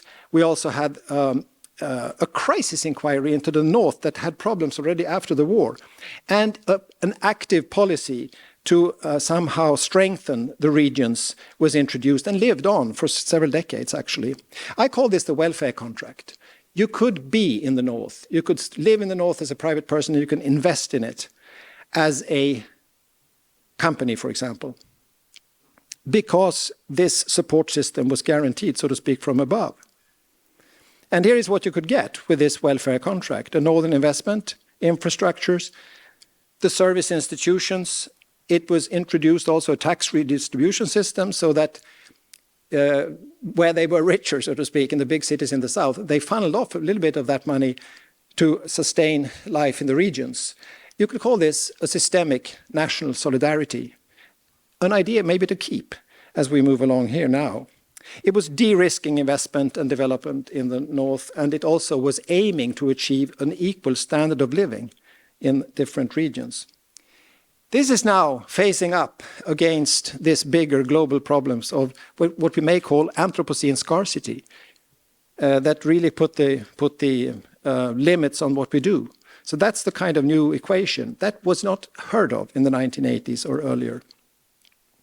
And I would like to suggest to you that the kinds of political tensions that I investigated in the 1980s and that were playing out in the late 1800s and the early 1900s, I think, my projection is that they will now come back in a new version.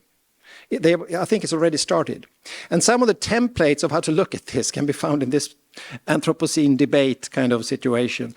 Some are the eco-modernists. They represent a certain more resource-oriented take. Others critique them for just being another version of capitalism. That's too binary. It's not like that, I think. It's a little bit more nuanced. And here is what I suggest as what we see as the kind of proto-politics of the new North Green transition. And again, very stylized. And let me just quickly walk you through these points. There is a mainstream, I think, way of thinking about the ongoing transition. It should be green, it should be global, It's a narrative that's been very strong already since about, I'd say, 5 years for the north of Sweden. It's very much SDG based to the 17 goals. It's also very much linked to the gospel of the sustainable development. So it's somehow, it stays juste milieu, it stays nice. But there's a radical version of that, which is precisely eco-modernist. It argues very strongly for even more of the nuclear, of electrification. It has nothing really against more raw material expansion. It argues supply-side economics, and it insists on technology as the solution to almost any problem. There's a neoliberal critique of this that has come up in this country in the last couple of years, which I find very interesting. In that strand, ideological strand, there is, of course, an inbuilt mistrust of the state, not least if the state owns the companies, which is the case in the north of Sweden, particularly Norrbotten. They would rather see a much more market-driven, almost solely market-driven development, and particularly they like entrepreneurs. They have an urban focus and they have a new technologies focus, and it's often, very often southern. With the lack of energy in this electric energy in this part of the country, well, there's a lot, but it's too little to fulfill the visions of what you need for the future industries. They say, this is too scarce. Why should we privilege the north? Maybe we need more of energy, electric energy in the south. That is a new voice in the last couple of years. Then we have a strand which we could call dark green, light red, perhaps, with a stronger minorities support orientation. Argues, insists very much on international solidarity. Solidarity is a key word in this strand of the debate. It argues not so much for more delivery of materials and energy. It rather argues effectivization and conservation. Some of that you hear also from Brussels these days. So there's a new interesting symbiosis or repercussion between this strand and Brussels orthodoxy. And it's very much a transformation narrative, not just a transition narrative. And then we have the dark blue, also growing quickly in this country, as in many others around Europe these days. It has a very, very weak orientation towards the minorities. I would say even they disregard minorities. There's a Sweden first focus. It's rural, it's people first. Environment, climate, low priority. And it's a weak transition narrative. That's my take on what we see now, what's going on. I don't think it will stop here. This discussion will go on. It's very, very good that we have this discussion. It's democratic, it's necessary. And I think it will help take your position paper, already very good, further to deal with the kind of contradictions that is inbuilt in this process. And I wish you the best of luck with this conference. Thank you.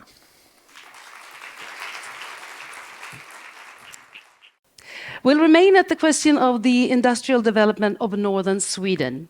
Our next speaker is a professor of economic history at the University of Uppsala. Her present research addresses the drivers, obstacles, and preconditions for economic and social transformation here in the northern Sweden, both past and present. Please welcome Ann-Kristin Bergqvist. Whoops. So also very nice to be here. I actually grew up in Lulea, so it's really nice to be back. And like Sverker, I'm going to give some historical perspectives on the ongoing transformation in northern Sweden. And I am an economic historian, and I know by training how difficult it is to predict the future dynamics of economic development, and that one must be very careful about prophecies, as also Sverker showed in his presentation. But what historians can do is to look at trends and patterns, and causes and effects behind economic transformation and compare. So what we can do now is actually to look at the drivers behind the ongoing industrialization and compare them with the past industrial processes that has taken place. And I assume that this audience is fully aware of the investment projects, at least the size, that are now happening in this region at the moment. And I think we can just repeat it very briefly. Expected investment mounting to 20%, actually amounting to 20% of the Swedish GDP in 2021. 20% population growth in this region. And this will also, of course, put an extreme demand shock on labor, pressure on already existing firms in this region, the public sector for education, healthcare, etc. And also different numbers around about the future demand for electricity, but it's going to be huge. And the very size of these investments has already given rise to like really big historical questions. Are we witnessing indeed a new industrial revolution where this region is actually the scene where it all has begun? Is Norrland at the moment the scene of being transformed into a global leader in addressing, in the response to climate change? And here is just the three big investments at the moment: Northvolt in Skellefteå, H2 Green Steel in Boden, and Hybrid in Gällivare. And these societies or local communities, especially H2 Green Steel, has not been built yet. So the jury is still out there if this will happen. And I think we are in a moment when there is still time to think more deeply about how to get it right. The question of how to get it right is, of course, a complex one. And one thing we can do is to explore the challenges and opportunities and look at the drivers behind these investments. So I'm involved in a larger research program that looks at the drivers, challenges, and opportunities related to this ongoing industrialization. And the program is led by an economic geographer, Rickard Eriksson, and has just started and will run for 7 years and has an interdisciplinary approach. Interdisciplinary approach. We are included also political scientists, architects, etc. And I'm leading a work package of historians. And since the research program has just started, I cannot tell you about the results yet, but I will still moving on to these discussions about drivers and compare them with the past industrial revolution that has happened here. So we all are aware, of course, about the role of climate policy. We have the Paris Agreement, the expected rise on carbon at the EU ETS system, EU Green Deal, and of course also Swedish national climate policies. But equally important, if you also look globally, is the global competition around investments and be a technological leader, for instance, among battery production. So there is this competition between China, EU, and the United States.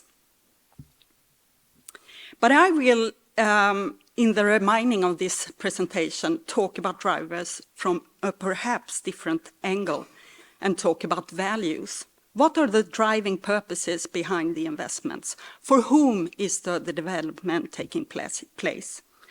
And there is a new book just out by the Harvard professor in business history, Jeffrey Jones, titled Deeply Responsible Business, A Global History of Values-Driven Leadership. And it proves, based on a number of historical cases, the importance of business leaders' values and purpose when it comes to the impact of investments. So I think we should really talk more about this values-driven leadership. So how can we look at the values that drives the investments today? I have only one example here, so excuse me if there are representatives for HT Green Steel or Hybrid. And this is the founder of Northvolt and CEO Peter Karlsson, and he has stated this in different wording.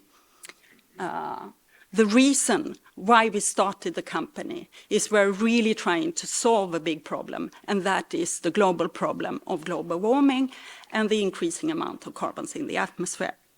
So this purpose is like really great. But what is the focus? Where is the focus on the local development? So we can put what is going on now in a broader context. And this is not the first time, as Sverker demonstrated, that Norrland has pioneered industrial transformation. And during the second industrial revolution, from the late 1980s, there were big high-tech investments also around electrification and mining that was carried out in the region. Huge efforts was also made, actually, to attract workers from the south to the northern Sweden. And I'm just going to talk about one example here, and that is an industrial development that is in the Västerbotten region, and the Boliden company, today a global mining company and Swedish, Europe's larger recycling plant for electronic scrap.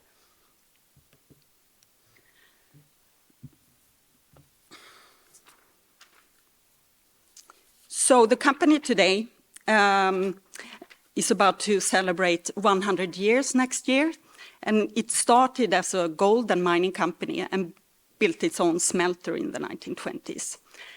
And those who follow the Swedish media at the moment, they can see that something happened at this smelter. Yesterday, it's actually caught fire, and I didn't know that when I made this presentation. So let's hope for the best in terms of environmental impacts.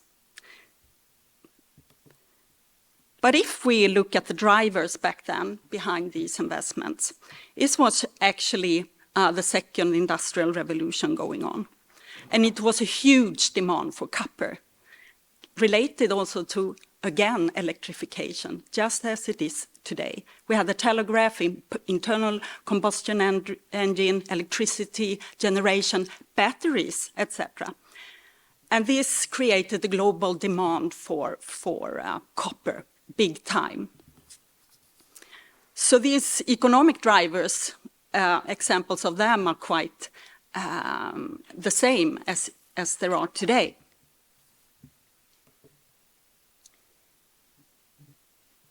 So why am I going to show a picture of this man, Oskar Falkman, the founder of the Boliden company? It's because he had actually some interesting value-driven leadership thoughts of that. He was an engineer, graduated from the Royal Institute of Technology in Stockholm. And after graduation, he went to the United States and worked for Carnegie Steel and got terrified of the working conditions. And he later became an advocate for 18 hours working day as a business leader. But what he was very concerned about was the speed of the industrial development. Like now, the region got internationally known for this gold mine that he discovered and developed and tried to block or calm down global investors.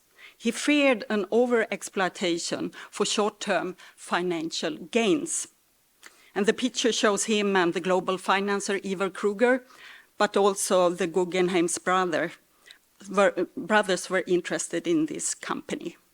So what he states in the end is that Falkman, managed to resist these interests, and Boliden can today, in 1941, serve as a springboard for further exploitation work as well as creating the conditions for further industrial development in the region.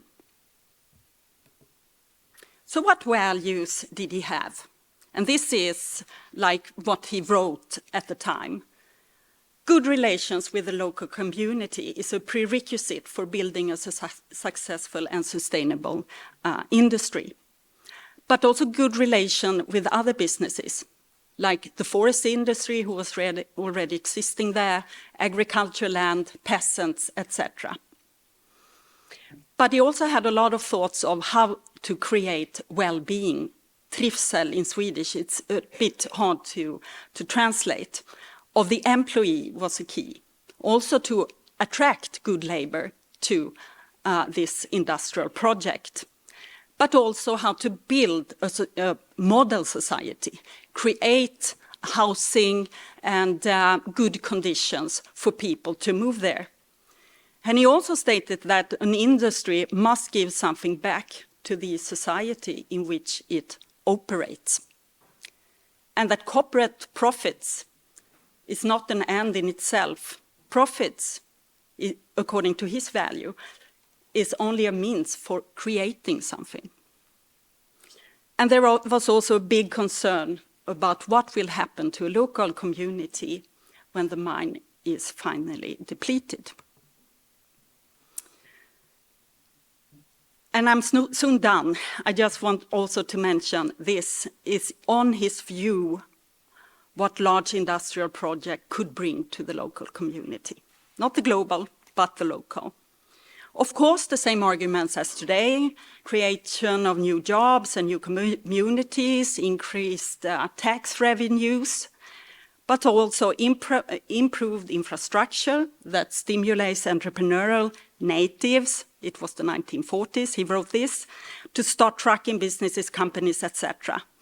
But also, and when you look at the board minutes from this time, there were a lot of discussions in the board meetings of how to build schools, shops, Salvation Army premises, cinemas, and people's houses, business leaders discussing how this should be done, and also investing in it. And according to him, then all this will pave the way for implanting other entrepreneurship. And in the end, and this is the north end of, isolation and boredom will be broken. This is a nicer house from Boliden, the company town Boliden, how he imagined also as the workers should live with gardens and good health conditions. So what about now? Are there Falkmans around to say, wait a minute, how are we as entrepreneurs in this region going to create local well-being and give something back to the region in which we operate? Remember what he said, it was not only about the companies that are providing working opportunities and tax revenues. Today, of course, climate change urges rapid energy transition, and global business actors and investors are responding to these by mega investments. But the values-driven leadership aims for more a global mission, and much of the responsibility for the local community that business took, in some cases, not everywhere, is now down in the knees of the municipalities. I'm not saying that Falkman all he did was correct, but it's rather about his focus, the focus on the local community and imagining how it could look like and investing in a community that would attract a workforce. So I think municipalities stands quite or too alone to handle these investments that has a global mission. And I have not even had time to talk about the role of the state. Thank you. Thank you so much, Ann-Kristin. Moving on from northern Sweden to Italy and the Lombardy region. She's a territorial and landscape planner and expert in European spatial planning and also head of the European Territorial Cooperation Program. Please welcome Luisa Pedrazzini.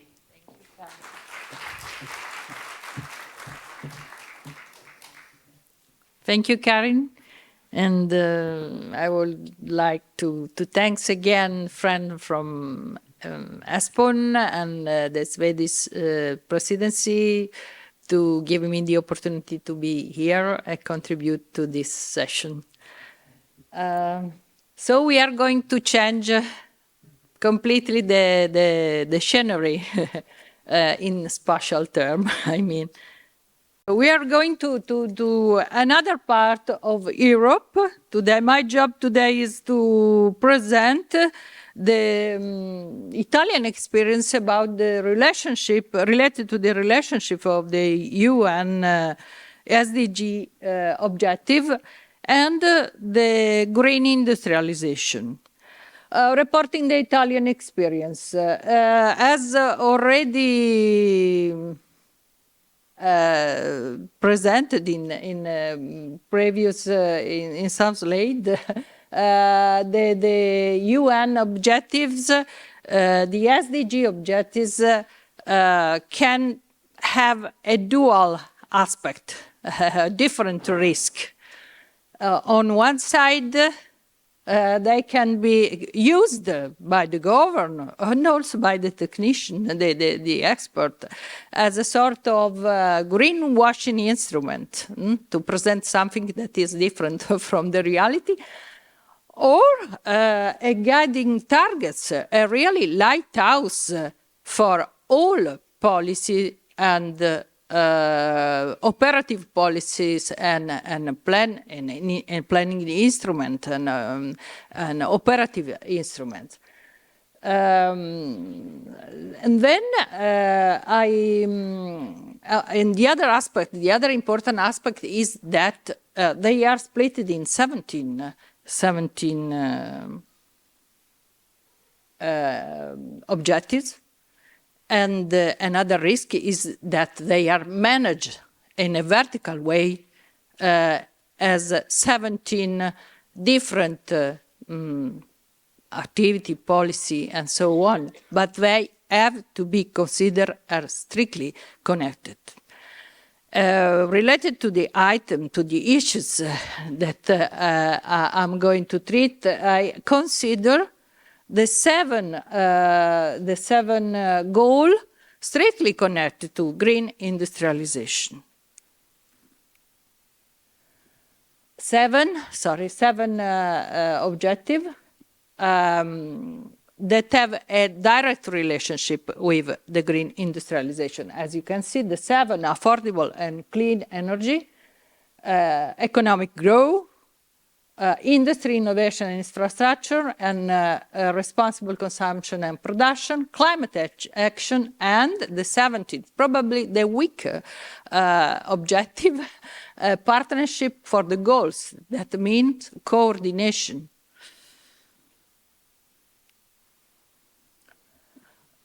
Few words about the Italian background. Probably you know that the Italian economy is mainly based on manufacturing. And this means not only industry, but other economic activity like tourism, traffic. Traffic is one of the most important and dramatic source of pollution. According to Eurostat data, Italy is second after Germany in terms of production of related to manufacturing. And this is one of the reasons because of Italy and Italian manufacturing activity and industry is very, very increased their awareness on the need for orienting their policy and their operative intervention to greening economy.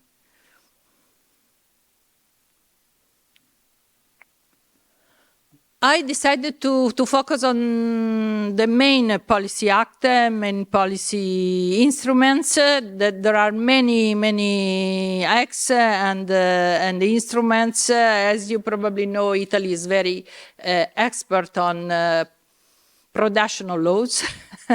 But these are the main acts that have a direct relationship with the common policies according to the European Union competence and acts. In 2017, Italy approved its national sustainable development strategy in application of the SDG. And assume the objective of the SDG, the UN SDG. In 19 was approved the integrated national energy and climate plan with the objective, the target to reach 35% of reduction in greenhouse gases and 30% share of renewable energies by 2030. And the last is the Italian recovery plan, PNRR. That is the Italian version of the EU, the Italian next generation EU recovery plan. Then, about the first document, the first plan approved in 17, it is composed of 5 core areas in which are grouped the objective, the UN objective, and in particular, one of them, the prosperity area of the core area, include the objective, the UN objective, the SDG objective, related to green industrialization. As you can see, many of the 6 objectives already mentioned fitted in the diverse goals that are located under the core area prosperity.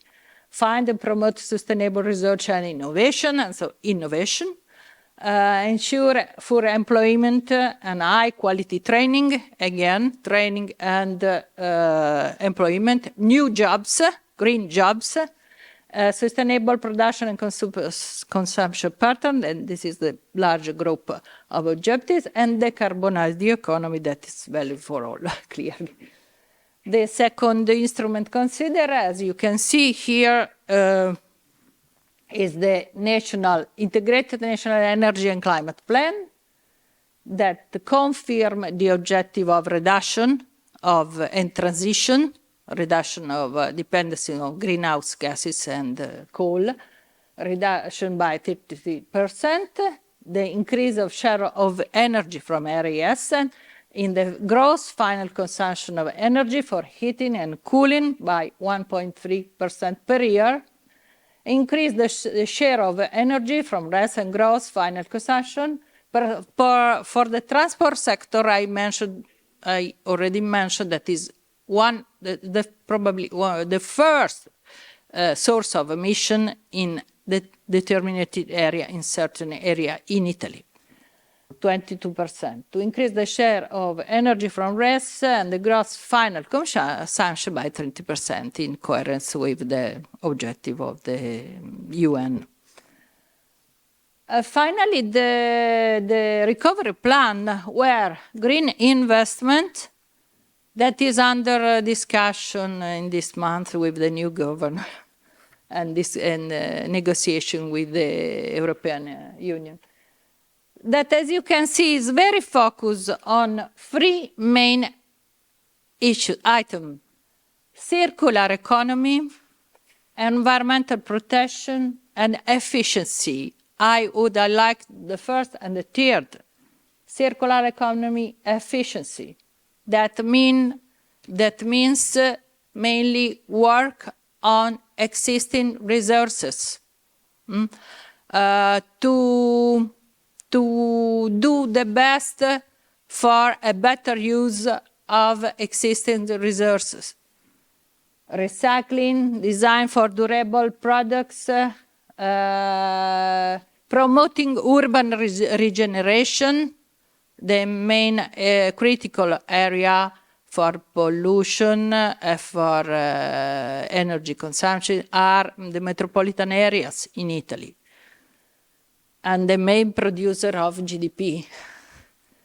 Eco-design and improving production efficiency, and so. And what is these are documents approved and policy approved before the Ukraine crisis and before just a little bit before the pandemic. And so as it is valid for all the places in the world, in Europe, something changed. There was a dramatic change after the pandemic crisis, and now during the crisis, the Ukraine crisis. This is a first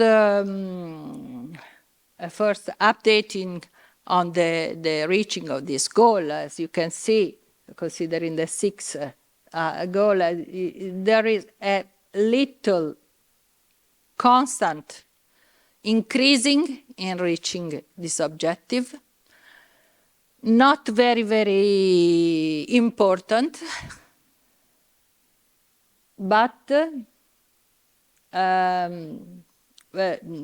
most critical is the goal 17, as I anticipated in some way. One of the most important things is the coordination of different policies. Again, a comprehensive approach is not so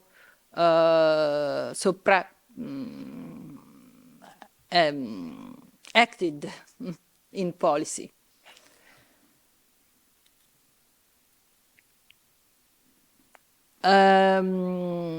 This is another way to explain how Italy is proceed in the application of the goals and to reach the goal, and in the relationship with the specific aspect of green industry.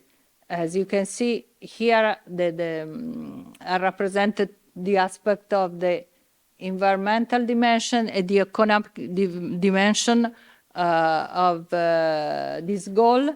As you can see in the orange area, there is a big concentration. This means that there is some difficulties to proceed, even the decision have been taken, and then the goal have to be pursued. There is some difficulties, in particular, in achieving the goal of the renewable energies and the generation of a new power plant by use of renewable energy. And this means also difficulty in reduce pollutants in metropolitan areas and so on. You have to consider that Italy has a very particular environmental situation because the main metropolitan areas are in greenhouse areas. So very difficult compared to many other metropolitan areas in Europe. At the same, and this is for the part of the environmental aspect. For the economic dimension, it's quite a little bit different. It seems that it's more easy to reach this objective. And in particular, you can see that about the recycling and the object on increase the production by the efficiencies of plants. The goals are more adequate to the final step. And this means we are going to the final. I mean, what is the Italian perspective? As you can see, this is from European Eco Innovation Scoreboard, the last data. You can see that Italy is in the Eco Innovation Leaders Group, together with other, and the Swedish, other European colleague.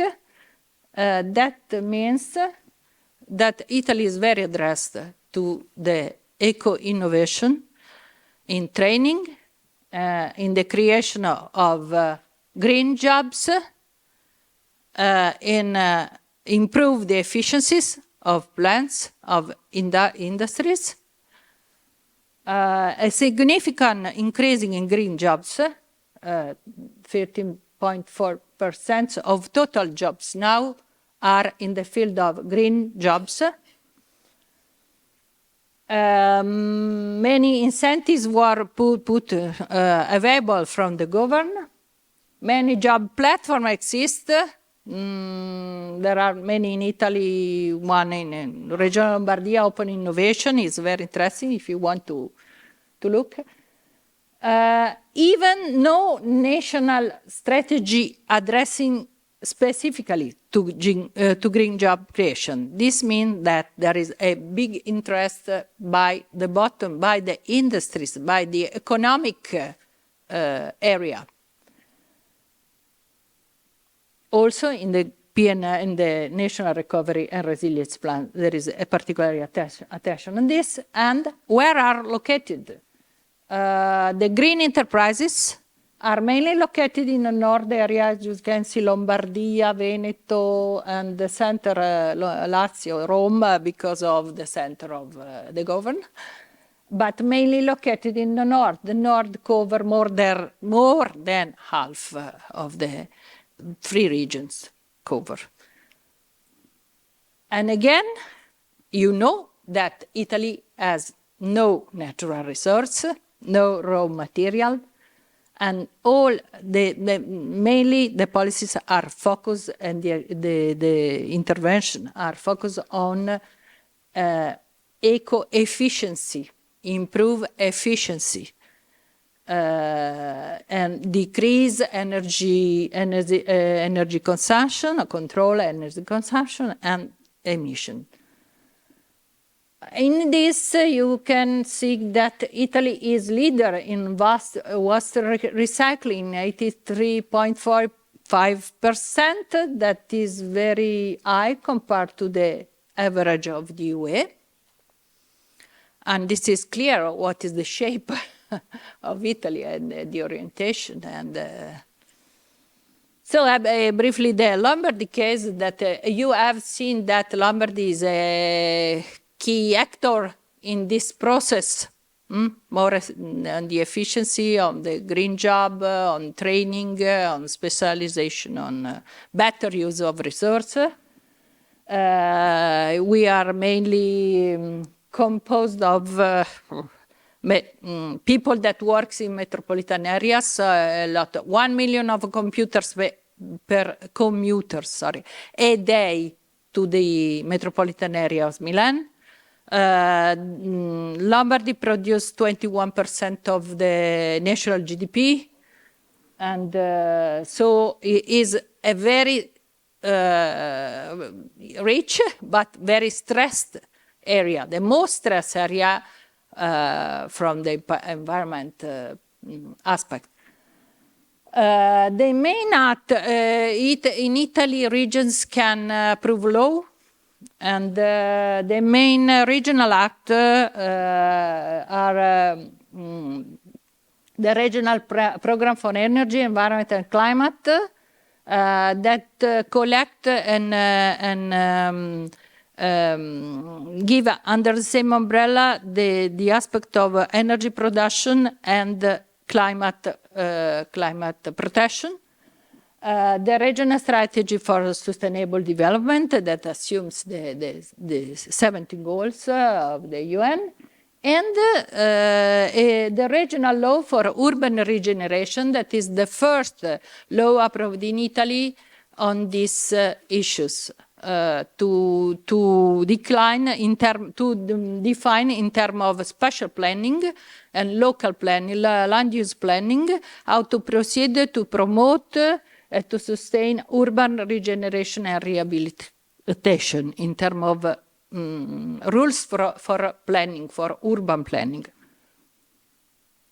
The main target assumed by Regione Lombardia, as you can see, 43.8 reduction compared to 2005, and reduce energy and use consumption by 35% 30.2% and to produce energy from renewable resources for 35.8%, higher compared to the national level.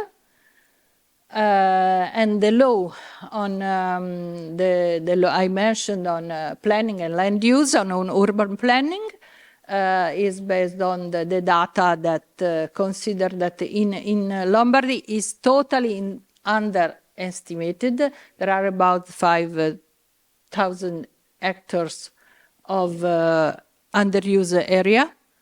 I'm not talking about in a specific on brownfield. Brownfield is something different, could overlap, so underuse, but not necessary. And this is very underestimated because it's not easy to define what is an underuse or derelict area. It depends on the land use plan. It not depends on itself. The progress, as you can see, it's like more or less like in the rest of Italy, a slight increase in all the objective. And you can see the critical timing is during 2020, 21, the period of the COVID that affected in a very dramatic way in Lombardy. You know. At the end, to conclude, but not to conclude, I mean, it's not a conclusion, it's only a comment. You have seen that circular economy is very important. Circular economy in some way is the circle of the life. And then it is important, it is very important to have a tailored, territorial, spatial tailored approach to the use of resource, and mainly it should be focused on the better use of them. That means recycle, reduce waste, reduce consuming, and do the best for a better use of what we have available. And this is from a country that hasn't, has a very low quantity of raw material and natural resource. But it is valid in general. And this means also to think about green industrialization in a more creative way. When we decide to do a large field of solar panel, I don't know, we have also to think what we are going to lose. We are losing land for agricultural production. We are losing landscape. We are losing culture. I don't know. And then, I mean, it's clear that it's very complicated. I add the complication, but I think that is very important to, in order to reach the objective of the UN and the objective, the global, the target of net zero in 2050, I think we have to consider the huge differences that compose Europe, and to redesign in some way also the target according to our behavior. So this is my comment.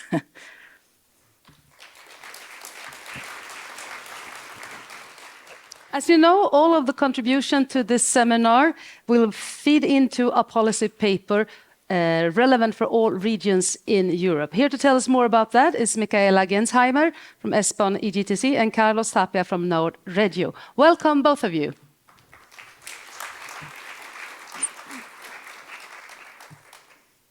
Thank you very much. Good morning to everyone from us also.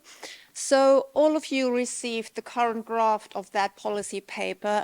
My colleague Mayan sent it around to everyone who registered for this event. And please consider this really as a draft, because that is what it is. We really want to use this event very much to gather further input, to also validate what is in the paper, or maybe, you know, actually correct what is in the paper. And for that, we really need your active contribution in the subsequent sessions of today and also tomorrow. So what Carlos and I are going to do now is to give you a very brief introduction into that paper. The paper consists of altogether 4 chapters. Now there are only 3. The 4th one is going to be developed after this event. The first one actually looks at the reasons. It was actually also asked in this in the first slot this morning, why do we actually talk about green industrialization? Why is this happening now at such a fast pace, particularly here in northern Sweden? And this is obviously climate change. We will go into that in a moment. Then we're looking at green industrialization as part of the solution for global challenges, also just mentioned by Luisa. And then the main body of the paper at the moment, and I think that will remain like that, is looking at the various development challenges, but also opportunities that municipalities and regions are confronted with in relation to this process. And then the final chapter, that is the one that we still need to draft, and where input from this event here will be incredibly invaluable for us. That is going to be the conclusions and policy recommendation sections. So we are looking now into the first 2 chapters of that policy paper. So why are we actually talking about green industrialization? Why is that relevant? Well, as we all know, climate change is probably the most or the biggest challenge that humankind is being confronted with. And we have all seen already over the last few years that most regions throughout the world and also in Europe have experienced increased risks of being affected one way or the other by the impacts of climate change. So be it by increased temperatures during summer, increased droughts also, or increased floods. And what that means in practice is that ecosystems, human well-being, economic sectors will continue, certainly also in the next couple of years, to be adversely impacted by climate change. Regions then also, as a consequence, need to continuously improve their adaptive capacity to still be able to basically allow life there and to allow also economic activity. And what the European Union did on EU level was to develop the European Green Deal, as we all know, which kind of sets the framework for everything that is now happening in relation to economic development, and certainly also concerning green industrialization that forms, in a way, a part of that overall encompassing policy framework. And clean, green, blue energy are required to reduce, obviously, the greenhouse gas emissions, because these are, of course, the source behind increased temperatures worldwide. So we're looking at a clean energy challenge, because obviously that clean energy needs to be generated and then also transported to municipalities and regions. And what we've also experienced for a bit more than a year now is higher energy prices caused by the Russian invasion of Ukraine, which also resulted in a general risk of, not risk, but general crisis of cost of living crisis throughout the EU. Now, some of our research and data update within ESPON showed that the energy transition is happening already, but certainly not at a pace that would be sufficient to meet actually European Green Deal's target or also Paris Agreement targets. And what we also see is that the territorial potential for renewable energy use and deployment does not really automatically correspond to the potential for generating such renewable energy in Europe. So just to give you an example, during the period of 2012 to 2018, the electricity generated by solar panels was mostly generated in countries like the UK, the Netherlands, Germany, And these are obviously not the countries where you would expect the highest solar panel potential. So reasons for that are very often then that there are policy measures that are lacking, that could actually support the better deployment of such energy. So what we recommend also here, based on our own research, is that strong policies and market conditions need to be put in place to really support this process of clean energy generation and further enhancement. And green industrialization will obviously play a crucial role there, since these industries do require a lot of green energy, as we already heard in the morning. And from that, Carlos will take over. Yes, thank you, Michaela. I will take over talking a bit about the definition part of the green industrialization. I'm presenting today on behalf of Norwegia work that was coordinated by my colleague Nora Sanchez-Gassen, that unfortunately couldn't attend the seminar. But I will also, I will try to cover the main points myself. So what is the green industrialization? Essentially, the green industrialization is a new strategy to develop a greener industry, which implies fundamentally decoupling manufacturing growth from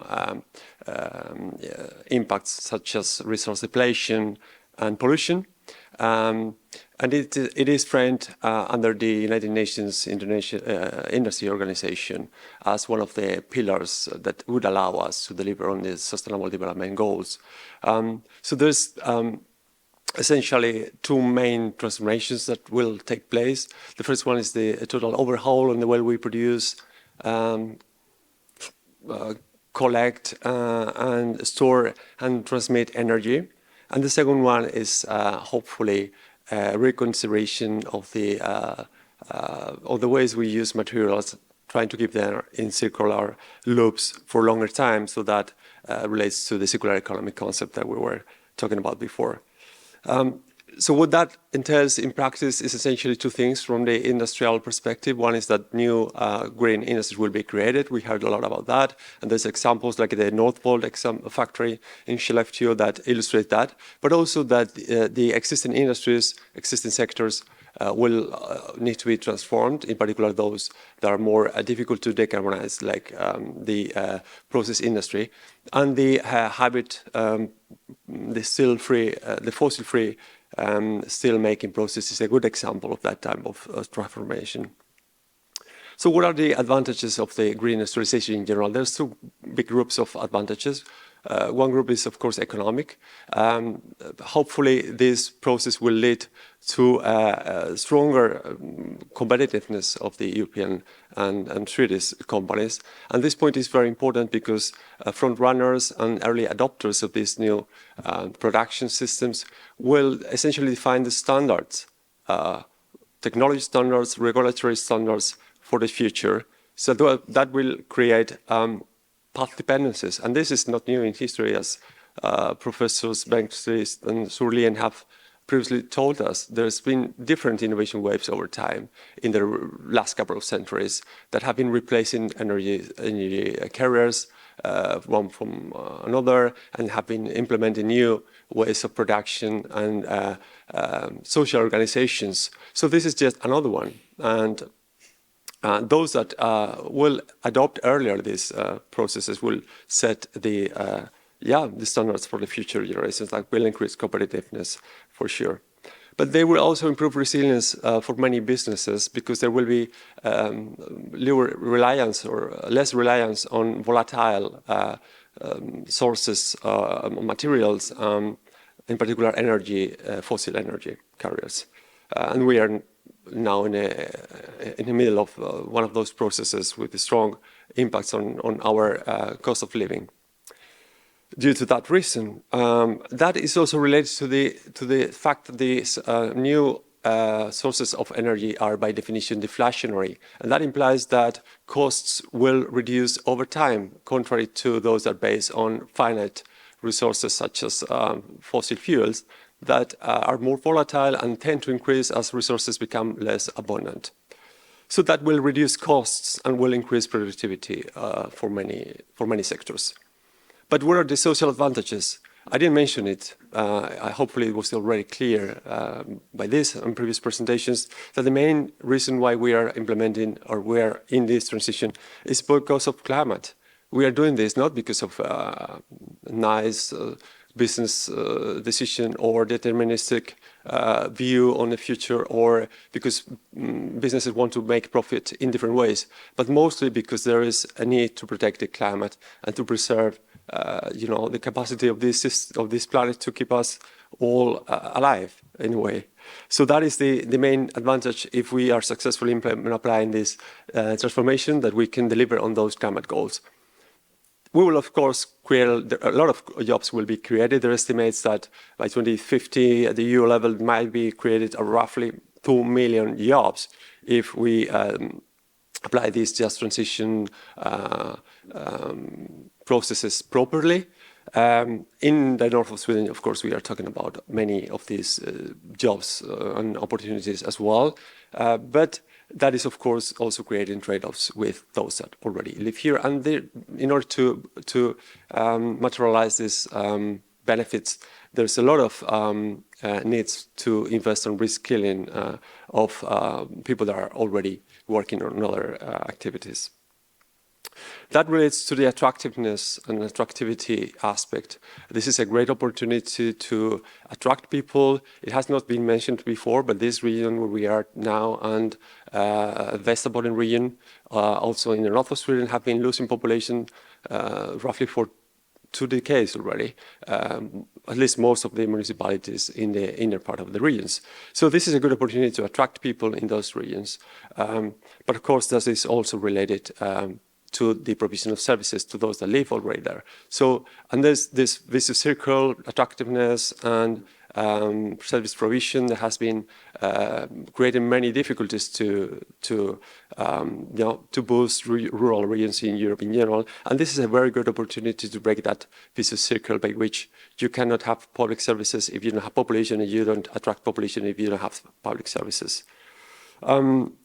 And also, and not least important, to improve health and well-being. Eventually, what we are talking about today is about reducing pollution, reducing externalities from our economic systems. Much has been said about what is going on today in the north of Sweden, so that is something I should not try to do again. But let me just share a couple of figures that are, I think, important.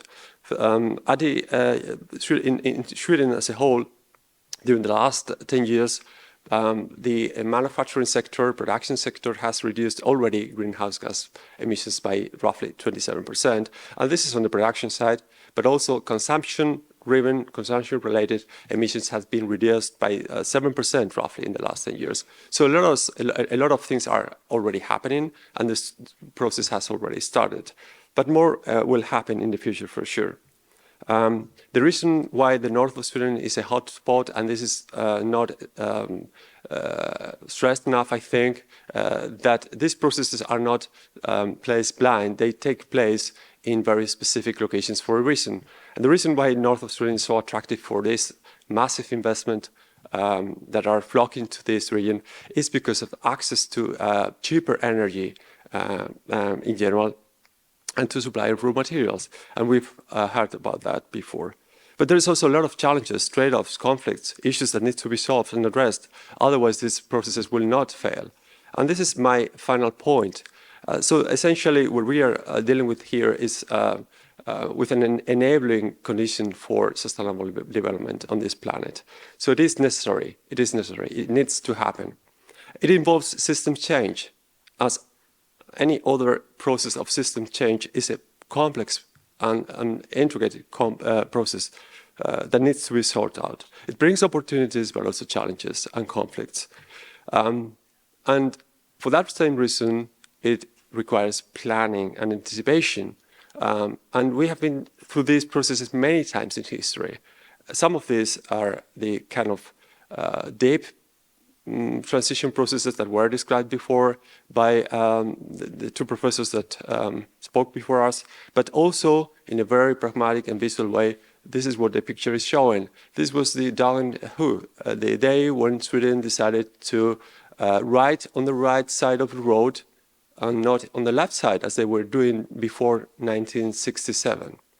And that simple decision implied a massive change in many aspects. It required new training, new production systems. It required new behavior. It required many things, similar things to those that we are talking about today. Traffic accidents in the months following to this decision were reduced. So these kind of things can be implemented, can be applied, and should not necessarily be dramatic or traumatic. So that is essentially our point. And in the paper, we are trying to collect good examples on how these things, planning tools, can allow local and regional policymakers to steer these processes in the right direction. And we would be extremely happy if we could learn from you as well, pick up your brains on these new ideas to have conclusions that reflect all this diversity of issues. Thank you so much. I know you're all hungry, but there have been so many questions coming in, so I'm going to take a bit of your lunch. You have a lot of time anyhow, and bring back Sverker, Louisa, and Ann-Christine on stage to answer some of the questions. You can please stay on to it as well, of course. So there was so much activity going on this Slido, so we just couldn't leave it. And you'll have time to discuss it over lunch as well. Please, Louisa, welcome. All right. Mr. Sorlin, the world is in the middle of a new tech revolution represented by AI. Do you think AI could change the approach to the green industry? I don't know, really. It will probably affect all the industries we talk about here, just as it affects everything else, I think. But I don't think we should count on this only to help us. It's not going to solve the problems we hear about here. For example, if you face the challenge of should you or should you not open a mine near Jokkmokk, which is in conflict with Sami interests, you cannot go to AI to find the answer to that question. That's a political question. That's a question about values and norms. And it has to be decided. But I don't think AI can help us in that. You mentioned that the answer is very often technology, at least for some of the policy orientations you described. Is there too much focus on the possibilities with the technology? Well, I love technology. I mean, it's good that we can develop. Technology is part of this big transition. It's absolutely central. Many innovations are a prerequisite for moving on with this. But again, I think some of the tougher decisions doesn't really even involve technology. They are on another value. They are on the value side. And you have to make tough decisions about, for example, if you want to use the energy of this enormous industrial development to actually improve communities and develop communities. That is not necessarily primarily a technological issue. It's an issue for community building, for social planning, for politics, and for redistribution of. I mean, there are things we know already. We just need to pursue them. And sometimes one of the difficult things in life is to say no. Certain things shouldn't just be done. And these are tough decisions because they're also part of this ball game. So really you have a very challenging work here these couple of days to supplement the conclusions for the report. Thank you, sir. Ann-Christine, I had a question for you, referring to the purpose of Northvolt's CEO. If stabilizing the borderless atmosphere is what drives him, why is it surprising or wrong not to focus on local? So I think the questionnaires want to know if he should talk a little bit more about the local impacts. Yes. Yeah. Yep. That was my very point. I think that the values or the focus for the business interest at the moment, these are good, that it's global climate change. I think my point is that compared to cases that have shown how investment creates profit or well-being for the society has been driven also by a regional and local focus. And I think that in this very, very high speed of investments, it's like the supply for batteries all over the world, rather than to think about also how to create an attractive environment for the companies in the region. So I think that was my point, and I hope it was an answer. Thank you, Ann-Kristin. And this is a question for you, Luisa. What are the lessons learned from Italy's very generous subsidies for energy efficiency in homes? How were conflicts with culture heritage addressed, for instance? Yes, sure. The Anonymous knows the Italian situation. Yes, there was it is difficult to say something about. It's not a lesson learned. It's still in running. There was a strong help to enterprises to support passive intervention for buildings in Italy in the last 2 years, but it was on one hand a very successful policy because the intervention were totally refunded, so is a gift. But this means that it has been a very not natural pumped policy intervention, and so it was not something that could be maintained during that time. On the other hand, this was presents strong criticality in the Italian cities with very important historical heritage. And this was probably the Anonymous refers to a particularly grants referred to passive. But there are many other typologies of intervention with renewable resource, with efficiency of plants and so on, that are still considered in policy, but not so supported. Okay. So the process is still ongoing. Okay, thank you, Luisa. This is a question maybe for all of you. It seems that the green industrialization has many negative impacts on the environment. Can we even call it green? Carlo, you seem like you want to grab this one. Maybe I can take this one. Well, I think we need to call it somehow. And eventually all this is a matter of prioritization, what we consider which is more relevant in terms of environmental depletion or environmental impacts. Currently, climate is clearly on top of that list. So in that respect, it's greener than other modes of production, but it still is in the framework of, well, extractive capitalism, if you want to call it that way.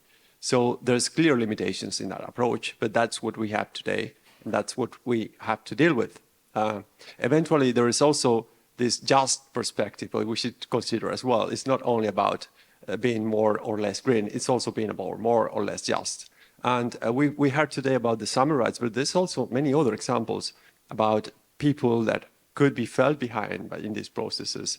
We are now hosting a series of workshops with different groups of people that participate in the just transition, but are not so far involved in the process.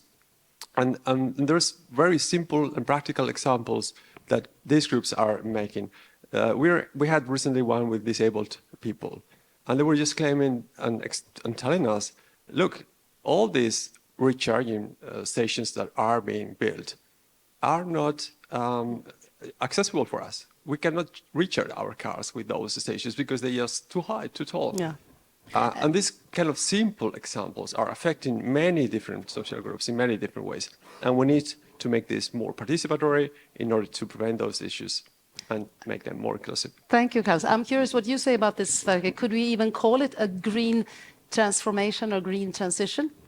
I think we should insist on calling it green because we want it to be green. But it's a very valid question because in many cases it is not green. It is because it and I would like to repeat the point that I made in my talk, if this just leads to a higher intensity of extractivism and a bigger circulation of materials in the economy, then there will be enormous demands on the technology and the efficiency to sort of even stay even. Still, most of the major trends, although there are good signs in this report about some progress every here and there, the global trends are not very encouraging. Climate is just one of them. So we want to somehow break this vicious circle of constantly growing consumption of the wrong way. We should transfer consumption also over much more to services, much more to the kinds of things that keep societies together. Education, culture, even just being together, care, health care, these kinds of things. The constant growing materialization of the economy is the biggest enemy we have. And that is what I mean with green, is to get out of that. And then it could actually be really green. Thank you, Sergey. Luisa, do you want to add something? I think that we have to consider two aspects. The production of green power is certainly green because it's from renewable resource, natural resource, I don't know. But the impact of the production of green energy is green. This has to be considered, and probably is not sufficient considered. Probably the impact is not green. I mean, if I produce 1 tera by solar or I don't know, whatever, that imply the use of natural resource to cover a land, I already mentioned, or the use of water that is devoted to that and not to other, for example. And on the other hand, this 1 tera is used at 1,000 kilometers for a city that is located 1,000 kilometers from the origin.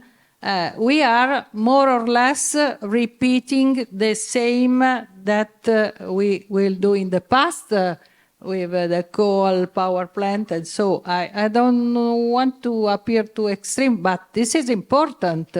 This has to be considered. And then the question of a balanced and the circular economy and a balanced decision also in producing the green power is important. Thank you, Luisa. That'll be the last comment. So thank you to the panel and for your very inspiring speeches. Before, give them a warm hand.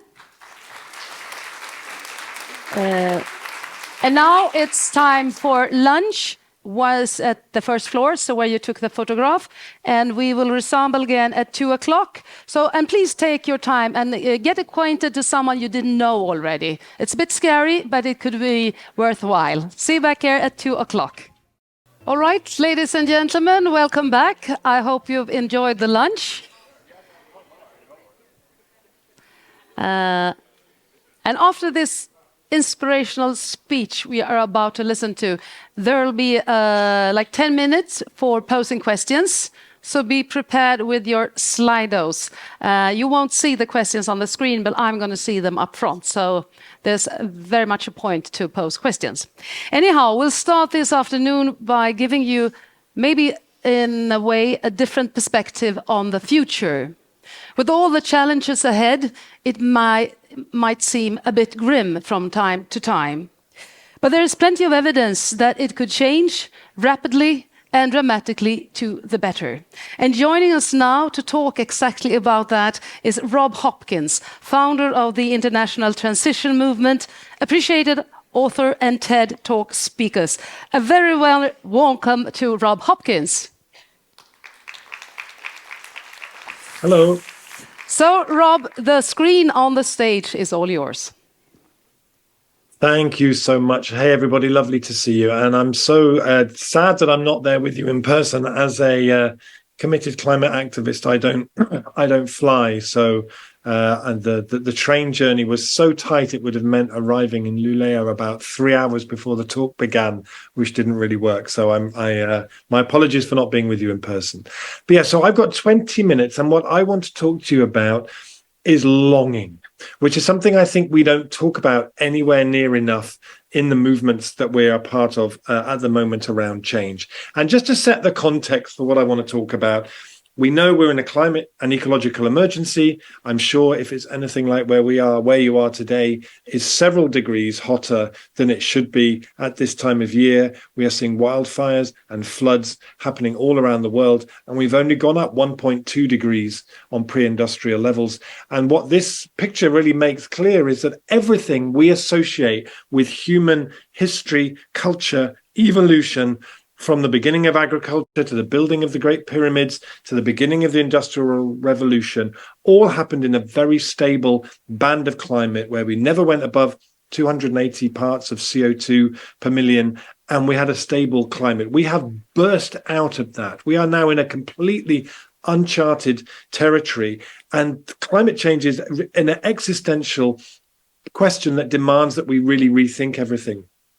And David Holmgren, who is the co-founder of the permaculture movement, he talks about the stories that we tell each other now about where we go from here and how important those stories are. He says there are 4 main stories. The first one is techno explosion, that kind of Elon Musk idea that we'll all just go and live on Mars or something.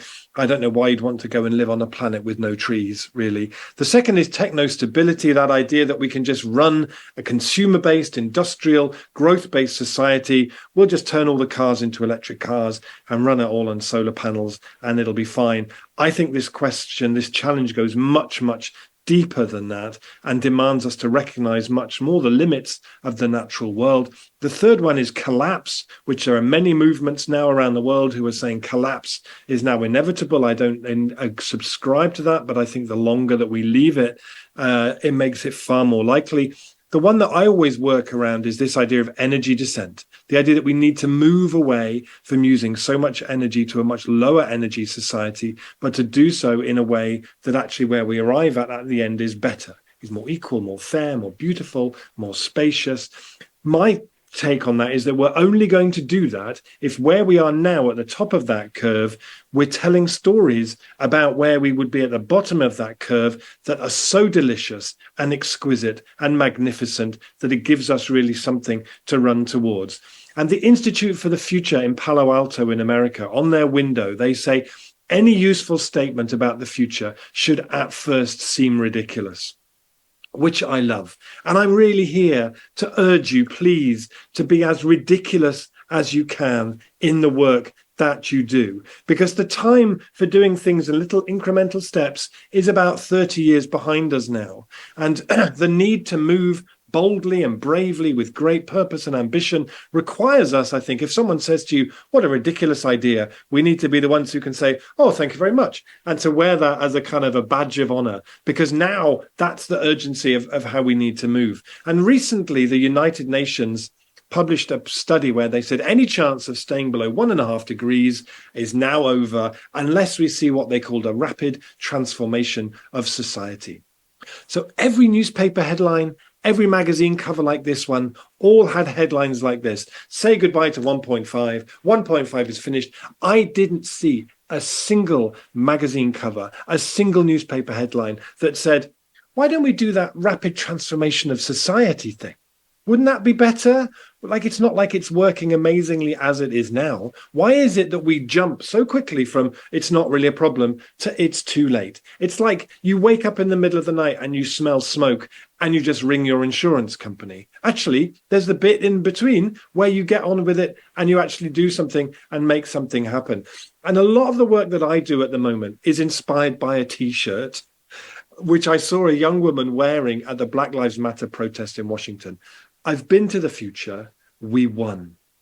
It gave me goosebumps when I first saw it. I thought it was so beautiful. And it made me feel like, how different would how we talk about the climate emergency be if rather than thinking we can just change people and bring about the kind of change we need by just talking about extinction and collapse, if actually every conversation that we gave was like that. I've been to the future. We won. It's going to be incredible. I'm going to tell you all about it. So I live in a small town in the southwest of England, which is where called Totnes, which is where the transition movement started, and we have many good things happening here. What you might not know about us is that we are the home to the UK's first successful time travel program. We have actually built a successfully fully functioning time machine here in Totnes. We've managed to prove Stephen Hawking's wrong, and we've built this time machine. And this is my colleague Kit.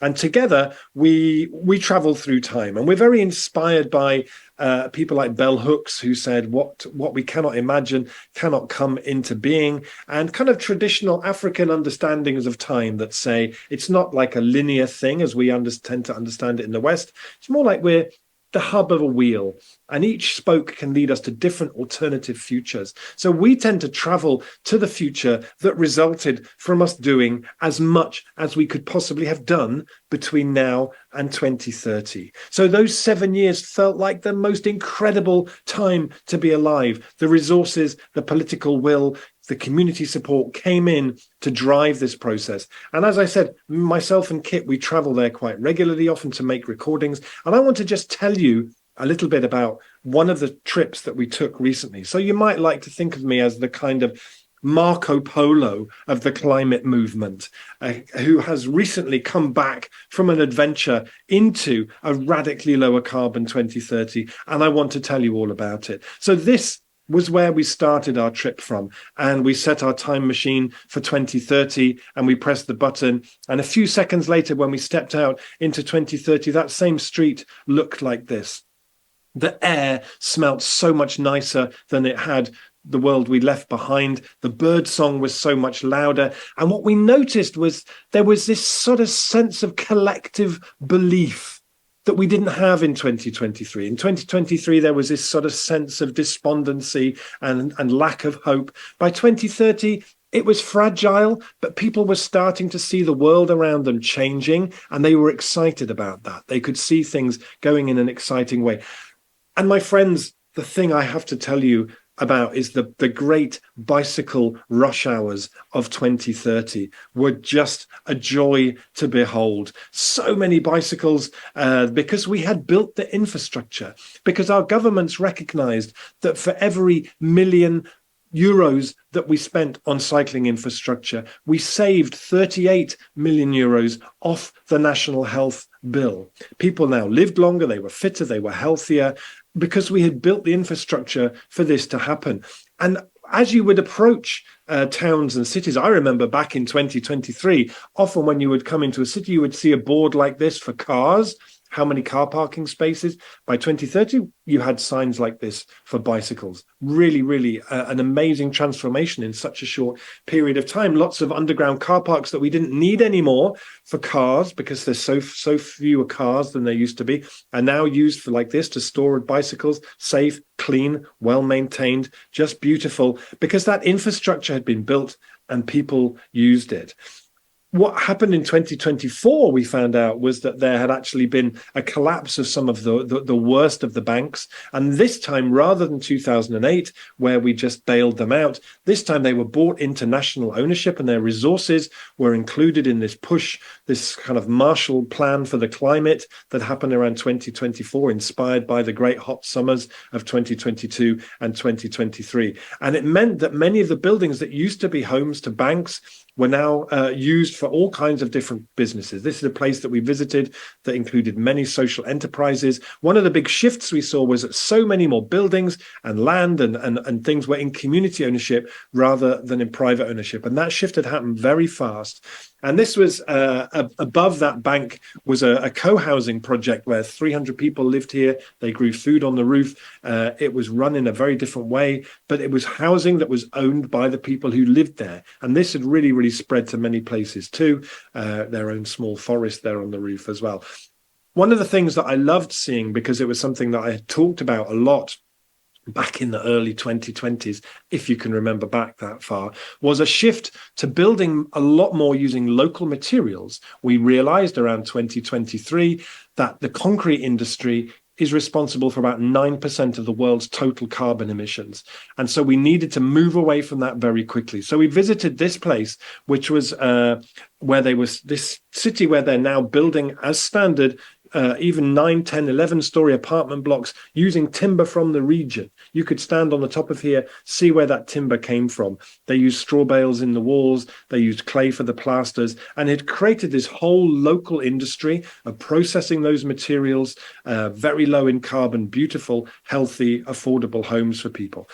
One of the things that we saw in many, many places was people were starting to close the streets to cars. This was a street that we visited. People were very proud to show us what their street had looked like back in 2023, what it looked like now. And one of the things that, as part of that we saw in many places was this, the removal of concrete and tarmac, because we realized during those hot summers that when you get above 36, 37 degrees in urban areas, concrete and tarmac kill people because they store so much heat and stop the absorption of moisture. And so now in most cities, we're about 30, 40% less hard surfaces than we used to be. It's one of the big growth industries is the removal of concrete and tarmac, and cities now feel much softer and more pleasant places to live. Many supermarkets that, again, didn't really make it through this process have now been repurposed and are now home to many, many smaller, more community-owned enterprises. So when we look back from 2030 back to 2023, where did we see the kind of seeds of this future?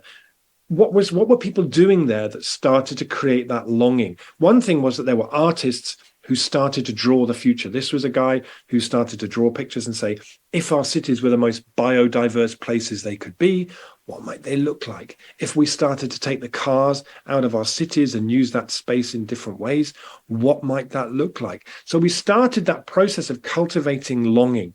Activists started to, rather than just say, no, we don't want that, they started to create pop-up tomorrows.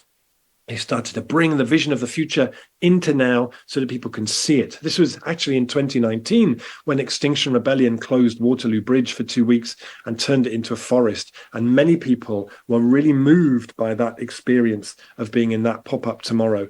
And last year, in 2022, there was a pop-up tomorrow where Trafalgar Square was rewilded for the day to raise awareness about rewilding. So activism became much better. As the poet Rilke said, the future must enter into you a long time before it happens. And that became a key cornerstone of our activism. Meanwhile, in 2030, we visited amazing places where now whole neighborhoods are designed with no space for cars at all. Completely car-free neighborhoods full of biodiversity and highly energy efficient buildings, bicycles everywhere, just almost unimaginable back in 2023, but that change has happened so fast. And actually, I mentioned at the beginning that myself and Kit, when we travel to 2030, we go there to make recordings because we think, well, if you could bring back an audio recording from 2030 to play to people in 2023 of how that future sounds, it could be really impactful for people to hear that. So I actually am going to share with you a genuine recording from 2030. So you might like to, it lasts about a minute. We're going to play it now. And you might like to imagine that this is what the city where you live, a city near where you live, sounds like in 2030, a future of bicycles and children playing in the street and public transport. And you might like to close your eyes and just allow yourself to be transported to that future.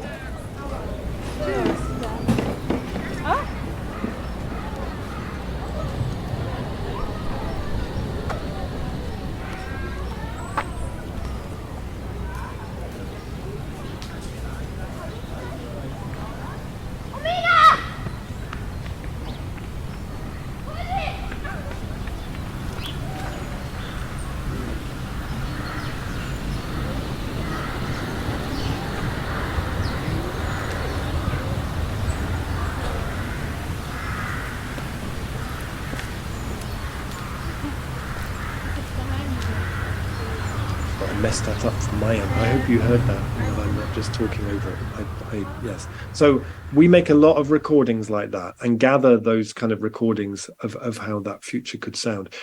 One of the things in many places was that, as I said before, we don't need underground car parks anymore. So many of those spaces were repurposed for things like this, growing mushrooms now for food, for medicines, for leather substitutes. Even now in some cities, people are starting to build buildings using materials that are based on mushrooms.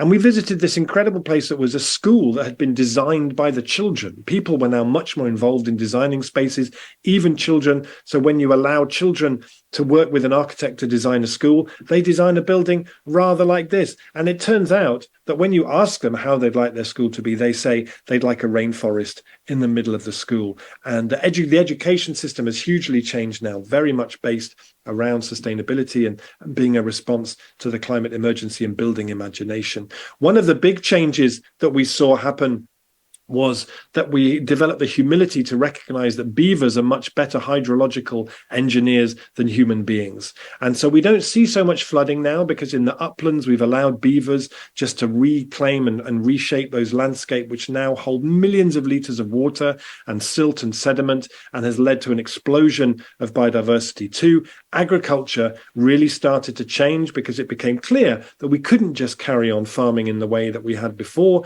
in a context of biodiversity loss and a huge decline of available water. So agriculture now includes a lot more trees and diversity. The ground is kept covered a lot more. And so the landscapes around us have become much more varied, much more diverse.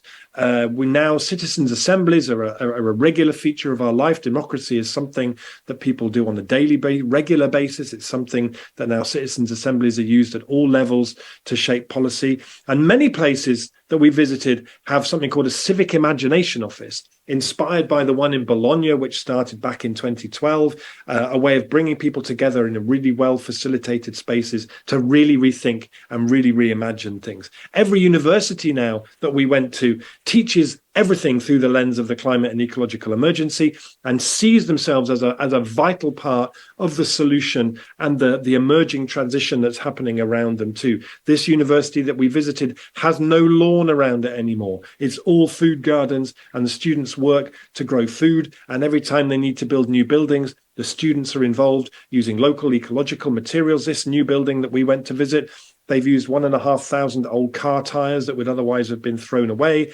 local hemp, local timber, and the students are involved in it at every stage, in the construction, in the evaluation, in the monitoring, and the education has really changed. We saw this place where the municipality here had bought this land to create a food garden to grow the food for the local schools.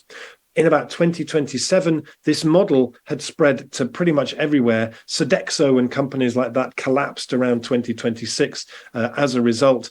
In this place, they grow 80% of all the food for the local schools. The children come out, they're involved in the food growing, they're involved in the cooking with fresh ingredients in the school, led to all kinds of unpredicted behavior change within the community of the school.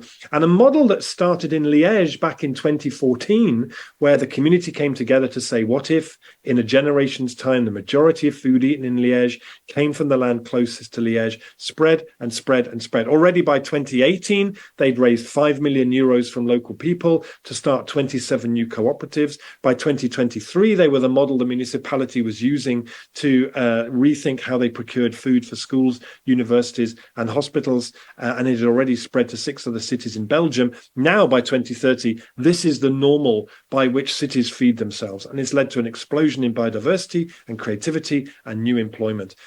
The world is now very, very close to meeting most of its energy needs from renewable energy. But the shift that happened was that now more than half of that is owned by communities. We use less energy, but what we do use is generated by renewables, and more than half of that owned by communities. So those benefits stay with local people.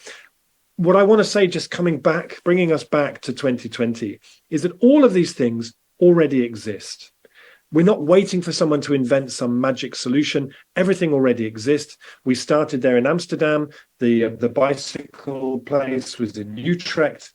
The bank that was closed was in Lausanne in Switzerland. The supermarket was in Rotterdam. The new building is in Grenoble in France. The amazing school designed by the kids is in Madrid. The closed street is in Lausanne. The neighborhood with no cars is in Freiburg in Germany. The mushrooms are growing underground in Paris as we speak. The change in farming, that's a place we visited in Paris. The Bologna thing already exists. Liège University, Luxembourg, all of these things already exist somewhere. So my closing thought really for you is that Don DeLillo, the novelist, in his book Underworld, wrote, longing on a large scale is what makes history. And we have to become so much better in how we talk, in what we do, about cultivating longing for the future. And so I hope this has been a useful contribution, and thanks so much for your attention.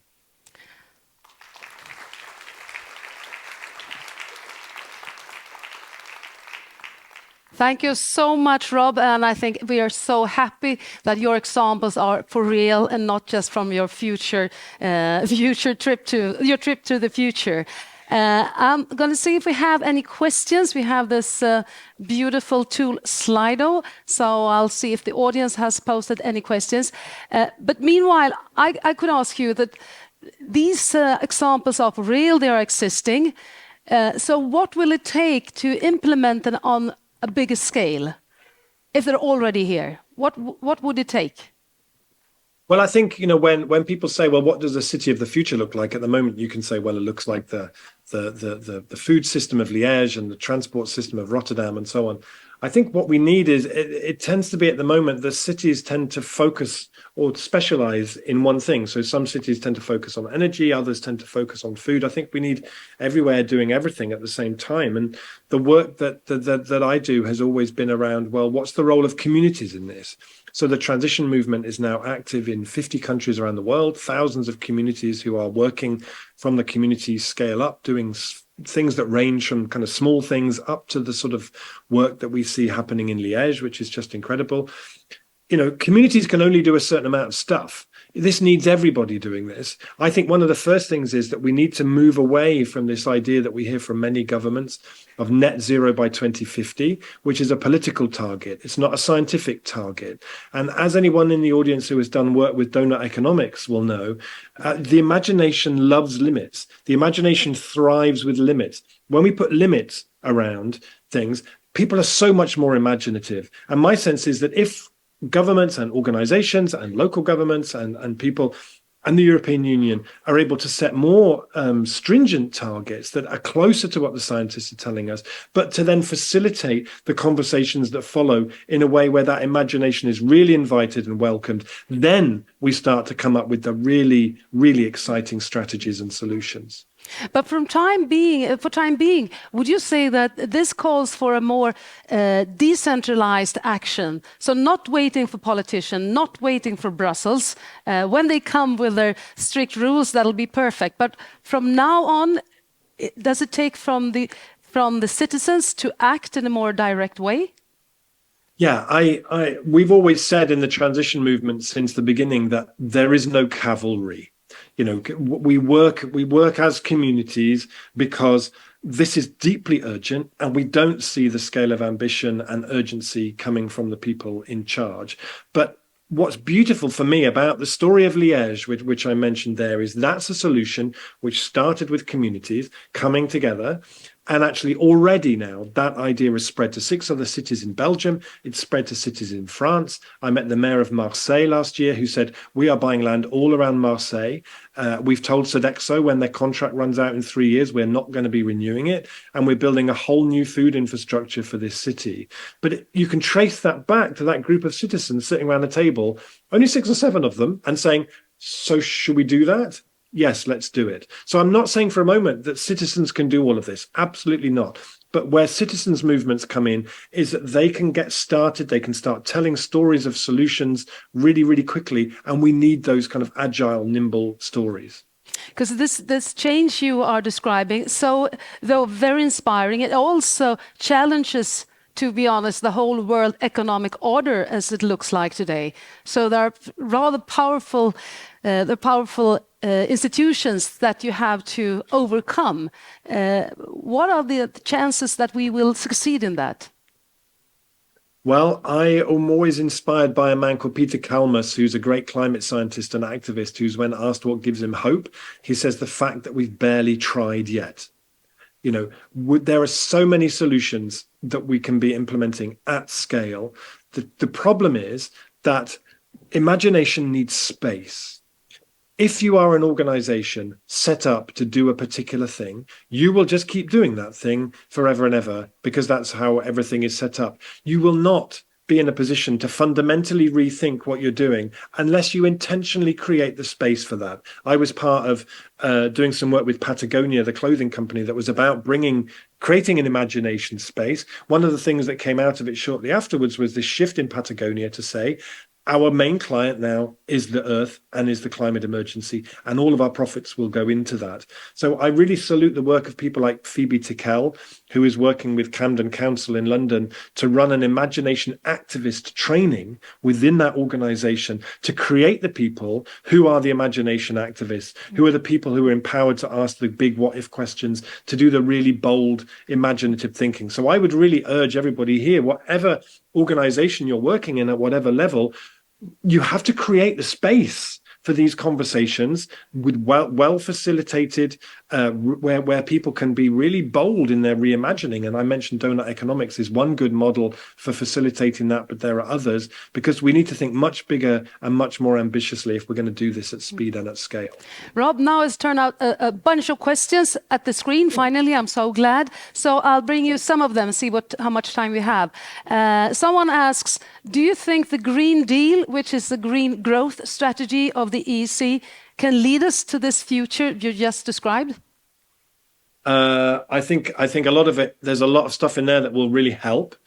But I tend to be thinking that we'll find a lot more solutions in the kind of degrowth movement. And there was a big 4-day summit at the European Parliament recently about degrowth. Ursula von der Leyen said something about, you know, we need to move away from growth as the way that we measure success. So I think there's a lot of stuff in there, but if we're going to do it, I think we need to just have an honest conversation about growth. Because growth tends to drive extra consumption and carbon emissions. So, but we can still create an economic model that isn't growth-based, but in which people can flourish and local economies can thrive, and we can create good lives for people. Another question. All the examples presented are coming from very developed regions.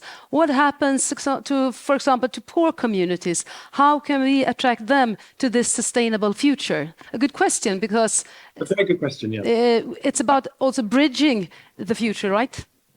Yeah, absolutely. And you know, when we designed the transition model, the transition movement, 17 years ago or something, he said, feeling very old, the idea was that the global north is the main problem here. The global north is generating the lion's share of carbon emissions and is exporting a notion of progress that is driving many economies in a different direction. And so my sense is that what I'm trying to do is working in the global north to get people to shift the story of what we think progress is, to get us longing to make that journey to a different kind of a future. In the global south, the challenges are different. And I think the models that are needed are different. So there's things like Via Campesina, the Buen Vivir movement, organizations and movements that are modeling, often very connected to indigenous movements, who are modeling different ideas of what development is. That's development on their own terms, not on kind of Western terms. And so I think in many ways, what we do in the global north to make that transition needs to be in solidarity with what's happening in the global south, and sharing information and knowledge, and trying to move to a much more equitable situation. All right, thank you. And one last question, and we're going back to the north now. Are people in Liège more content or happy than they used to be? And if so, in which ways? Well, just before Christmas, the mayor of Liège made me an honorary citizen of Liège. Oh, and I had so you're happy at least. I had a ceremony at the mayor's office, and he gave me a very nice medal, and I said, "Thank you very much." Could I also have my European citizenship back, please? And he said, I can't ask for everything, Rob. No, I know. So, but what he said was actually before this project, everybody else in Belgium kind of thought Liège was a bit rubbish, like it didn't have a great reputation necessarily, and that this project has really put the city on the map as something to be really proud of. He said, we used to say we wanted to be a smart city, now we want to be a transition city. This is now the story of our city and where we're going. And he said, you basically go around like an ambassador of our city, telling everyone how great it is. So we wanted to give you this. But I think it has led to a real sense of excitement. Every time I go there, they're doing new, amazing things. They have this. There's such an ambition in what they're doing. Such a sort of can-do spirit that runs through everything that they do. So yeah, I think it's been really, really transformative. And I get the sense that they've really only just got started. And that, as I said, that model is now spread to many other cities in Belgium who are looking at Liège and going, "That's great." And I think if the place that you live can have that sort of quality to it, that's something that everybody can be proud of. Rob Hopkins, it's been an absolutely pleasure listening to you, and thanks for addressing some of the questions. Thank you so much. So much. See you next time.